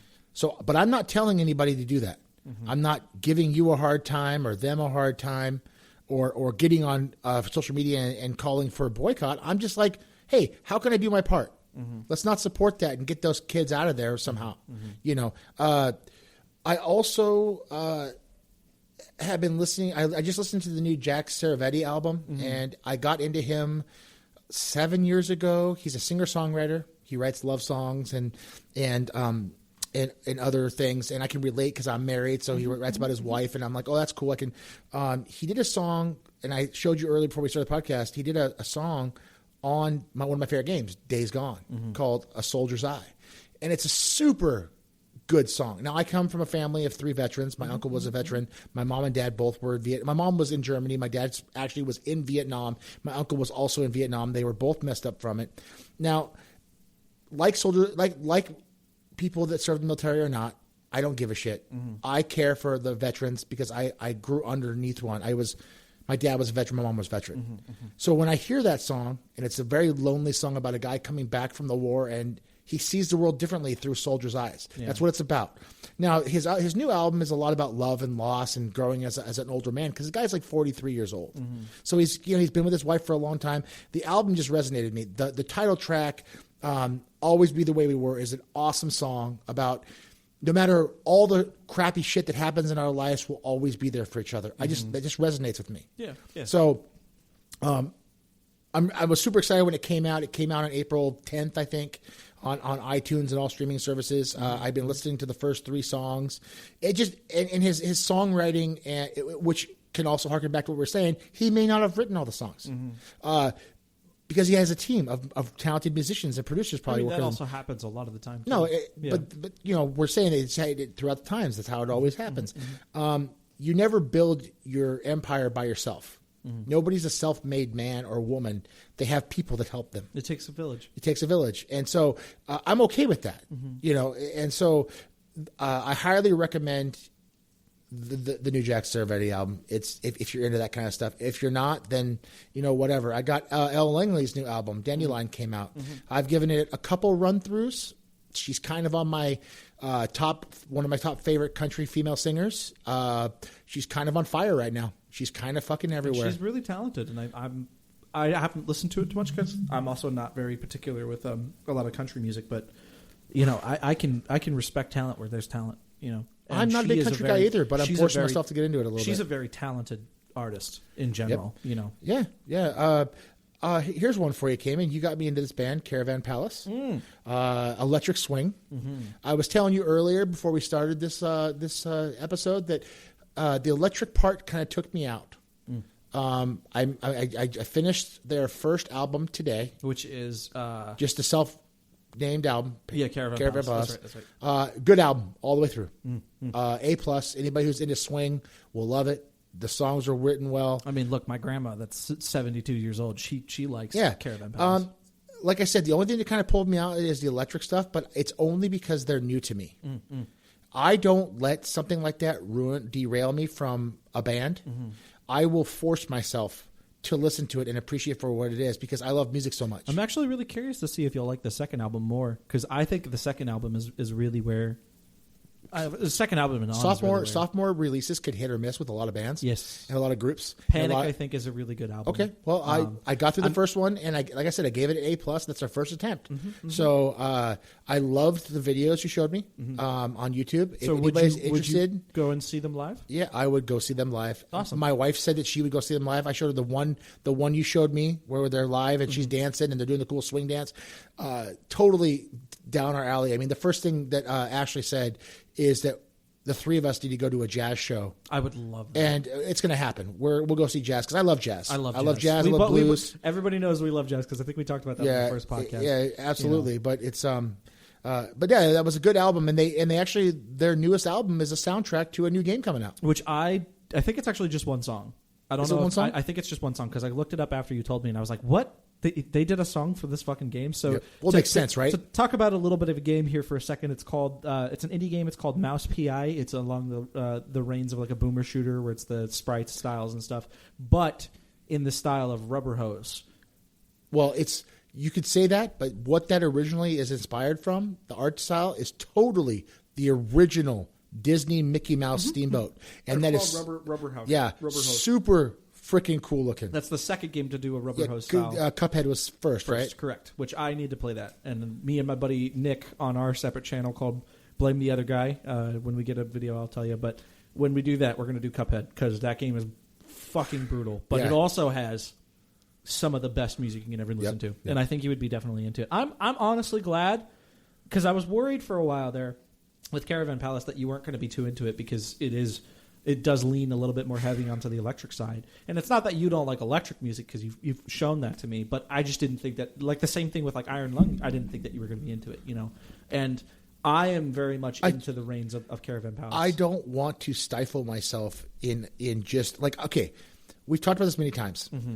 Metal music is my pride and joy. Yeah. I freaking love metal music, but for years I was into the thrash metal, and I felt like I was really doing myself a disservice by sticking in one genre. So I started getting into black metal, death metal, you know, all that stuff, and it's opened my eyes. I mean, you know, I love old 70s rock, like Black Sabbath. We've talked about that before. And I love 90s electric music. I mean, like the Crystal Method, the Chemical Brothers. And Caravan Palace, their sound has some of that. It's not at all a copy. But listening to those older albums and enjoying some of that electric music back in the day, it doesn't make it hard for me to listen to it. I don't like to be stifled into one kind of music. That's why in earlier podcasts we talked about listening to more rap. I loved rap back in the 80s, and then I kind of fell off in the 90s because I found more rock and roll. Yeah. Now, because you were like, oh man, what about 90s hip hop? You don't like that? Remember that in the podcast? Yeah, it was the first episode. And it wasn't that I didn't like it, because holy crap, compared to the new shit now, I love the 90s hip hop because it had newer rap. Is like The Witcher season 4. It's all over the place. And I'm not trying to be disrespectful, because I'm sure there's a lot of independent artists out there that are absolutely awesome. But 90s and 80s rap had a story. You were learning about these guys' lives in the songs. Like I'm a white boy from a small town in Washington State. I know nothing about the mean streets of New York City or LA or Oakland or anything like that. Right. And these guys are giving you detailed fucking stories in a cool beat, and you're like, I don't understand. Well, yeah, no shit, because you weren't there. Yeah, you weren't there for sure. I'm glad you're liking Caravan Palace. I hope that you enjoy them as you go on. I'm definitely going to be picking up Mouse PI because me too. I think it looks really fun, and I've heard it's really good. In terms of stuff that I've been listening to, so music is a rough thing for me because especially now I don't really have the opportunity to listen to music. With my job, I'm mostly on scene. Hey, you're busy. I won't go into details with that because I don't think I need to, but. With my last job, I had more opportunities for that. So I kind of have to value my time. And the things that I listen to a lot of video game music, video game soundtracks. And I think that comes to me just having a grasp in, because I'm heavily in the video game scene. I play a lot of games. I get really attached to stuff. Which is funny because, like, I don't do that as much. Like, video game music, I don't take it seriously, even though I'm completely wrong when I say that. Because it's real composers, real musicians and artists. You're also not the only one to kind of have like there's like a stigma with people that listen to video game music, like people kind of like view them. It's the same thing with like being like a really nerdy person, right? Like people you say, oh yeah, well, prove me wrong. You say, oh yeah, well I listen to a lot of video game music, and people are like, oh okay, so he doesn't like. There's like a weird thing with people don't like. The stigma is that people that are judging you. Video games are a toy, or they're for, they're for young men or older men that haven't grown up yet. I was just going to say, because there's a lot of stigma with like people will judge you like, oh, you play video games, like oh, you're not hunting or fishing, and it's like, listen, dude, like a hobby's a hobby, right? Like I get told all the time by my wife, you have too many hobbies. I ride motorcycles, I go shooting, I play video games, I go to concerts, I do everything, And I don't turn things down if I go do something. Right. I go to rodeos, dude. And I'm not a country. Ashley can pick out a country singer when they're singing the cover, and I'm like, who's that again? I know some of the bigger artists. I've dabbled in the country music scene because I'm trying to get myself a little more cultured in all the things. Every time somebody is like, "Oh, you listen to video game music," I bring it up to like the very few games that I can say anybody can listen to it. Like, for instance, a game I've been playing a little while, like just yesterday, Shadow of the Colossus. I've played that game so many times. I've listened to that game. But the Japanese are on a different level when it comes to composing music. Like Final Fantasy VII, like it's like literally like an orchestra.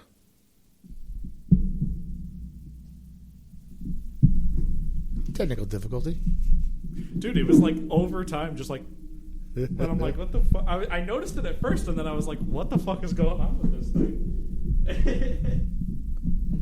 Cut it out. Yeah. Don't take it that long. Next time, You didn't notice that at all? Like how much closer it got? Next time, let me set up the gear. Okay, and then we'll move it just right there. Perfect. Okay. And go. Anyways, Final Fantasy VII. The music in that is next level. Are you talking about the original, though? Yes. Well, it was like watching a movie. And the retrospect of the music was so intense. It was on a whole nother level. Mm-hmm. The problem is that I have a hard time with video game soundtracks letting go of the game and just listening to the music. So, I mean, I mentioned it. Like Shadow of the Colossus is one of the top, for me, one of the top 10 games of all time. I've played that game so many times that it never lets me down. Who is the developer of those games? I know his last name is Hueda. Is it Team Ico? Yeah, which they're not a thing anymore. Fumito Ueda actually went and he left Sony and he's doing another game, which they hinted at, but we have no information on it. But they did. It'll take 12 years. They did Ico, Shadow of the Colossus, and The Last Guardian, and even the Last Guardian soundtrack.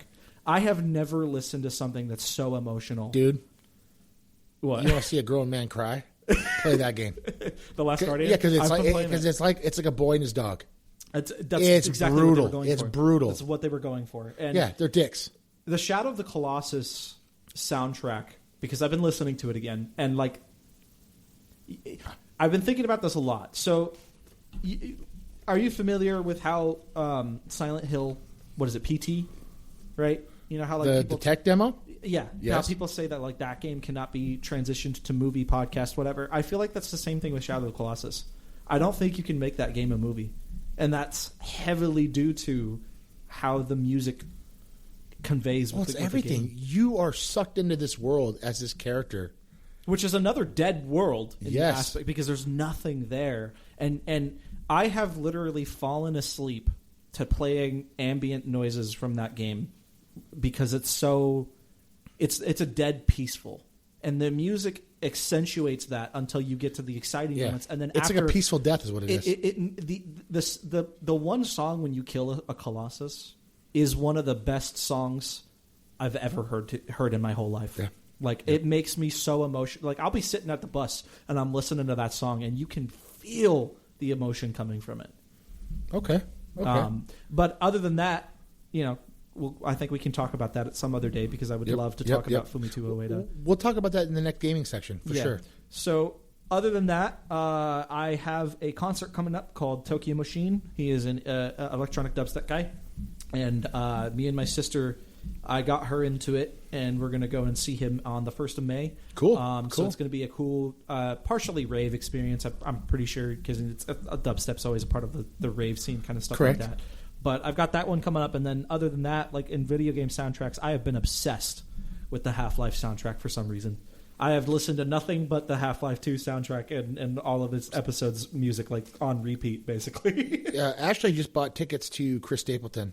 We're going to go see him again because we went and saw him 2 years ago, and it was one of the best experiences of my life because it was done at the Mariner Stadium. I think it's Safeco Field, and we paid for the VIP tickets. We didn't get to meet him, obviously, but the VIP tickets were cool because it was an all-you-can-eat buffet with really good quality food. Oh, nice! And you had free whiskey tastings. Ooh! And that's all my wife had to say was whiskey tasting. I was there. You were like, we got this cool little gift bag, got our seats, and it was just a cool experience. Willie Nelson was there. Who else was there? It was somebody else. Sheryl Crow. And I never liked her. I never liked that female lead singer stuff. But that woman is so badass. Like I had never listened to her music except what was on like the TV and the radio. But that woman for her age not only looks fantastic for her age, but that woman has not. They say women usually lose their abilities as a singer as they get older, unlike men. Not for her. Not one fucking bitch. This woman was awesome. Willie Nelson was like 150 years old, and they had to prop him up, and it was kind of rough. I mean, he was still good, but he's just old. And she rocked out. Awesome. Well, we're encroaching upon the end of this episode here, so we can go ahead and move on to suggestions. So what I would like to do is we do video game suggestions. We'll go back and forth. Then we'll go to movie suggestions, and then I got one. And then we'll go to music suggestions. So in terms of video games, I think everybody should play Darkest Dungeon 1 and 2. I think that those games are fantastic. Especially if you like Souls games. Well, no, because it doesn't play like a Souls game. No. But it's hard. It's a challenge. It's a challenge. Yes. If you like challenging games, play Darkest Dungeon, because that game will piss on your corpse as you die a lot of times. Especially the second one. Fuck, dude. The second one is so hard. Go ahead for yours. My video game suggestion is the series Forgive Me, Father. It's a retro boomer shooter. There's 2 of them. Drawn like a comic book, kind of like Cthulhu-esque, or actually is Cthulhu. Mm-hmm. The weapon play is awesome. Would you say that's like H.P. Lovecraft-esque? Yes. Yeah, Lovecraft-esque. Yes. It definitely has to do with Cthulhu. I mean, the final boss is Cthulhu in the first game. Nice. And it's awesome. Kicked my ass multiple times, and I was mad, and I was like, you're fighting Cthulhu, dummy. Yeah, but it has really creative gun designs and so shit. Much fun. Yeah. It's so much fun. I highly recommend the 2 games. Awesome. All right, movie suggestions. I have Nobody 2 from the director. Good movie. From the director of John Wick franchise. He did Nobody 1, which I think is way better than Nobody 2, but Nobody 2 is still... I thought it was done well. Nobody 2 was great. Nobody 2 was great. I think if you haven't seen Nobody 1, I guess I'll combine these two. Watch Nobody. It's a fucking awesome film. Yep. And then watch Nobody 2, because I think it's a great... It won't disappoint. It's a great movie. Speaking of John Wick, I watched The Ballerina. Highly recommend. Awesome. I thought for sure it was going to be a girl power film. One of my favorite scenes in the film, this won't ruin it, was the main actress is training hand-to-hand combat against a man, and he's beating the crap out of her, and she's trying, and she doesn't give up, but she's like frustrated, and the trainer goes, "Fight like a girl." And you're like, what? And she hits him in the dick and fights dirty. And I'm like, that's awesome, because that's how you'd have to fight. Right. That makes sense to me. And, of course... it's not, Captain Marvel, where she's just getting up multiple times. No, she's not flipping a guy over that weighs twice her weight. Like, he manhandles her in this fight. And it's like, oh, that's actually what would happen. And then when she evens the playing field out by injuring this guy, it definitely brought a little more realism to the fight. Awesome. I would highly recommend. I'd highly recommend. It's a good film. Okay. Our boy's in it. Mr. Wick. Yeah, Mr. Wick is in it, so it's awesome. Mr. Wick. Awesome. So in terms of music, I think everybody, if they haven't played it, Half-Life, at least listen to the soundtrack. I think the soundtrack is one of the good things about that game series, and I think that Half-Life 2's OST is one of the best OSTs that you can get. Okay. I have 2 suggestions. A heavy metal band out of Denmark I love so much. Wish they too were here. Evil Invaders. Their newest album, Shattered. I can't remember what the newest album is called. I wrote it down, I think. Where was it? Evil Invaders. Nope. In the Age of Doubt was the album. Nope, that's not their album, buddy. No? You got that wrong. The album that I am going to suggest is Feed Me Violence. The 2 songs off the album that are my favorite are the title track, Feed Me Violence, and Anger Within. Another band I love out of Portland, Oregon is a band called the Bridge City Sinners. Female lead. She's awesome. The album is In the Age of Doubt, and the 2 songs I would recommend if you're not going to download the album is Midnight Device and Spear and Blades. Really, really rocking. I want to see them live, so if you are interested in some kind of swing, old school music, that's what they are. Awesome. All right, well, let's go ahead and close up this episode. I thank you guys for joining us on the 4th episode, Jesus Christ. 4th episode of the Speakeasy Podcast. I am Cayman. I'm Bill. And we'll see you on episode 5. Cheers.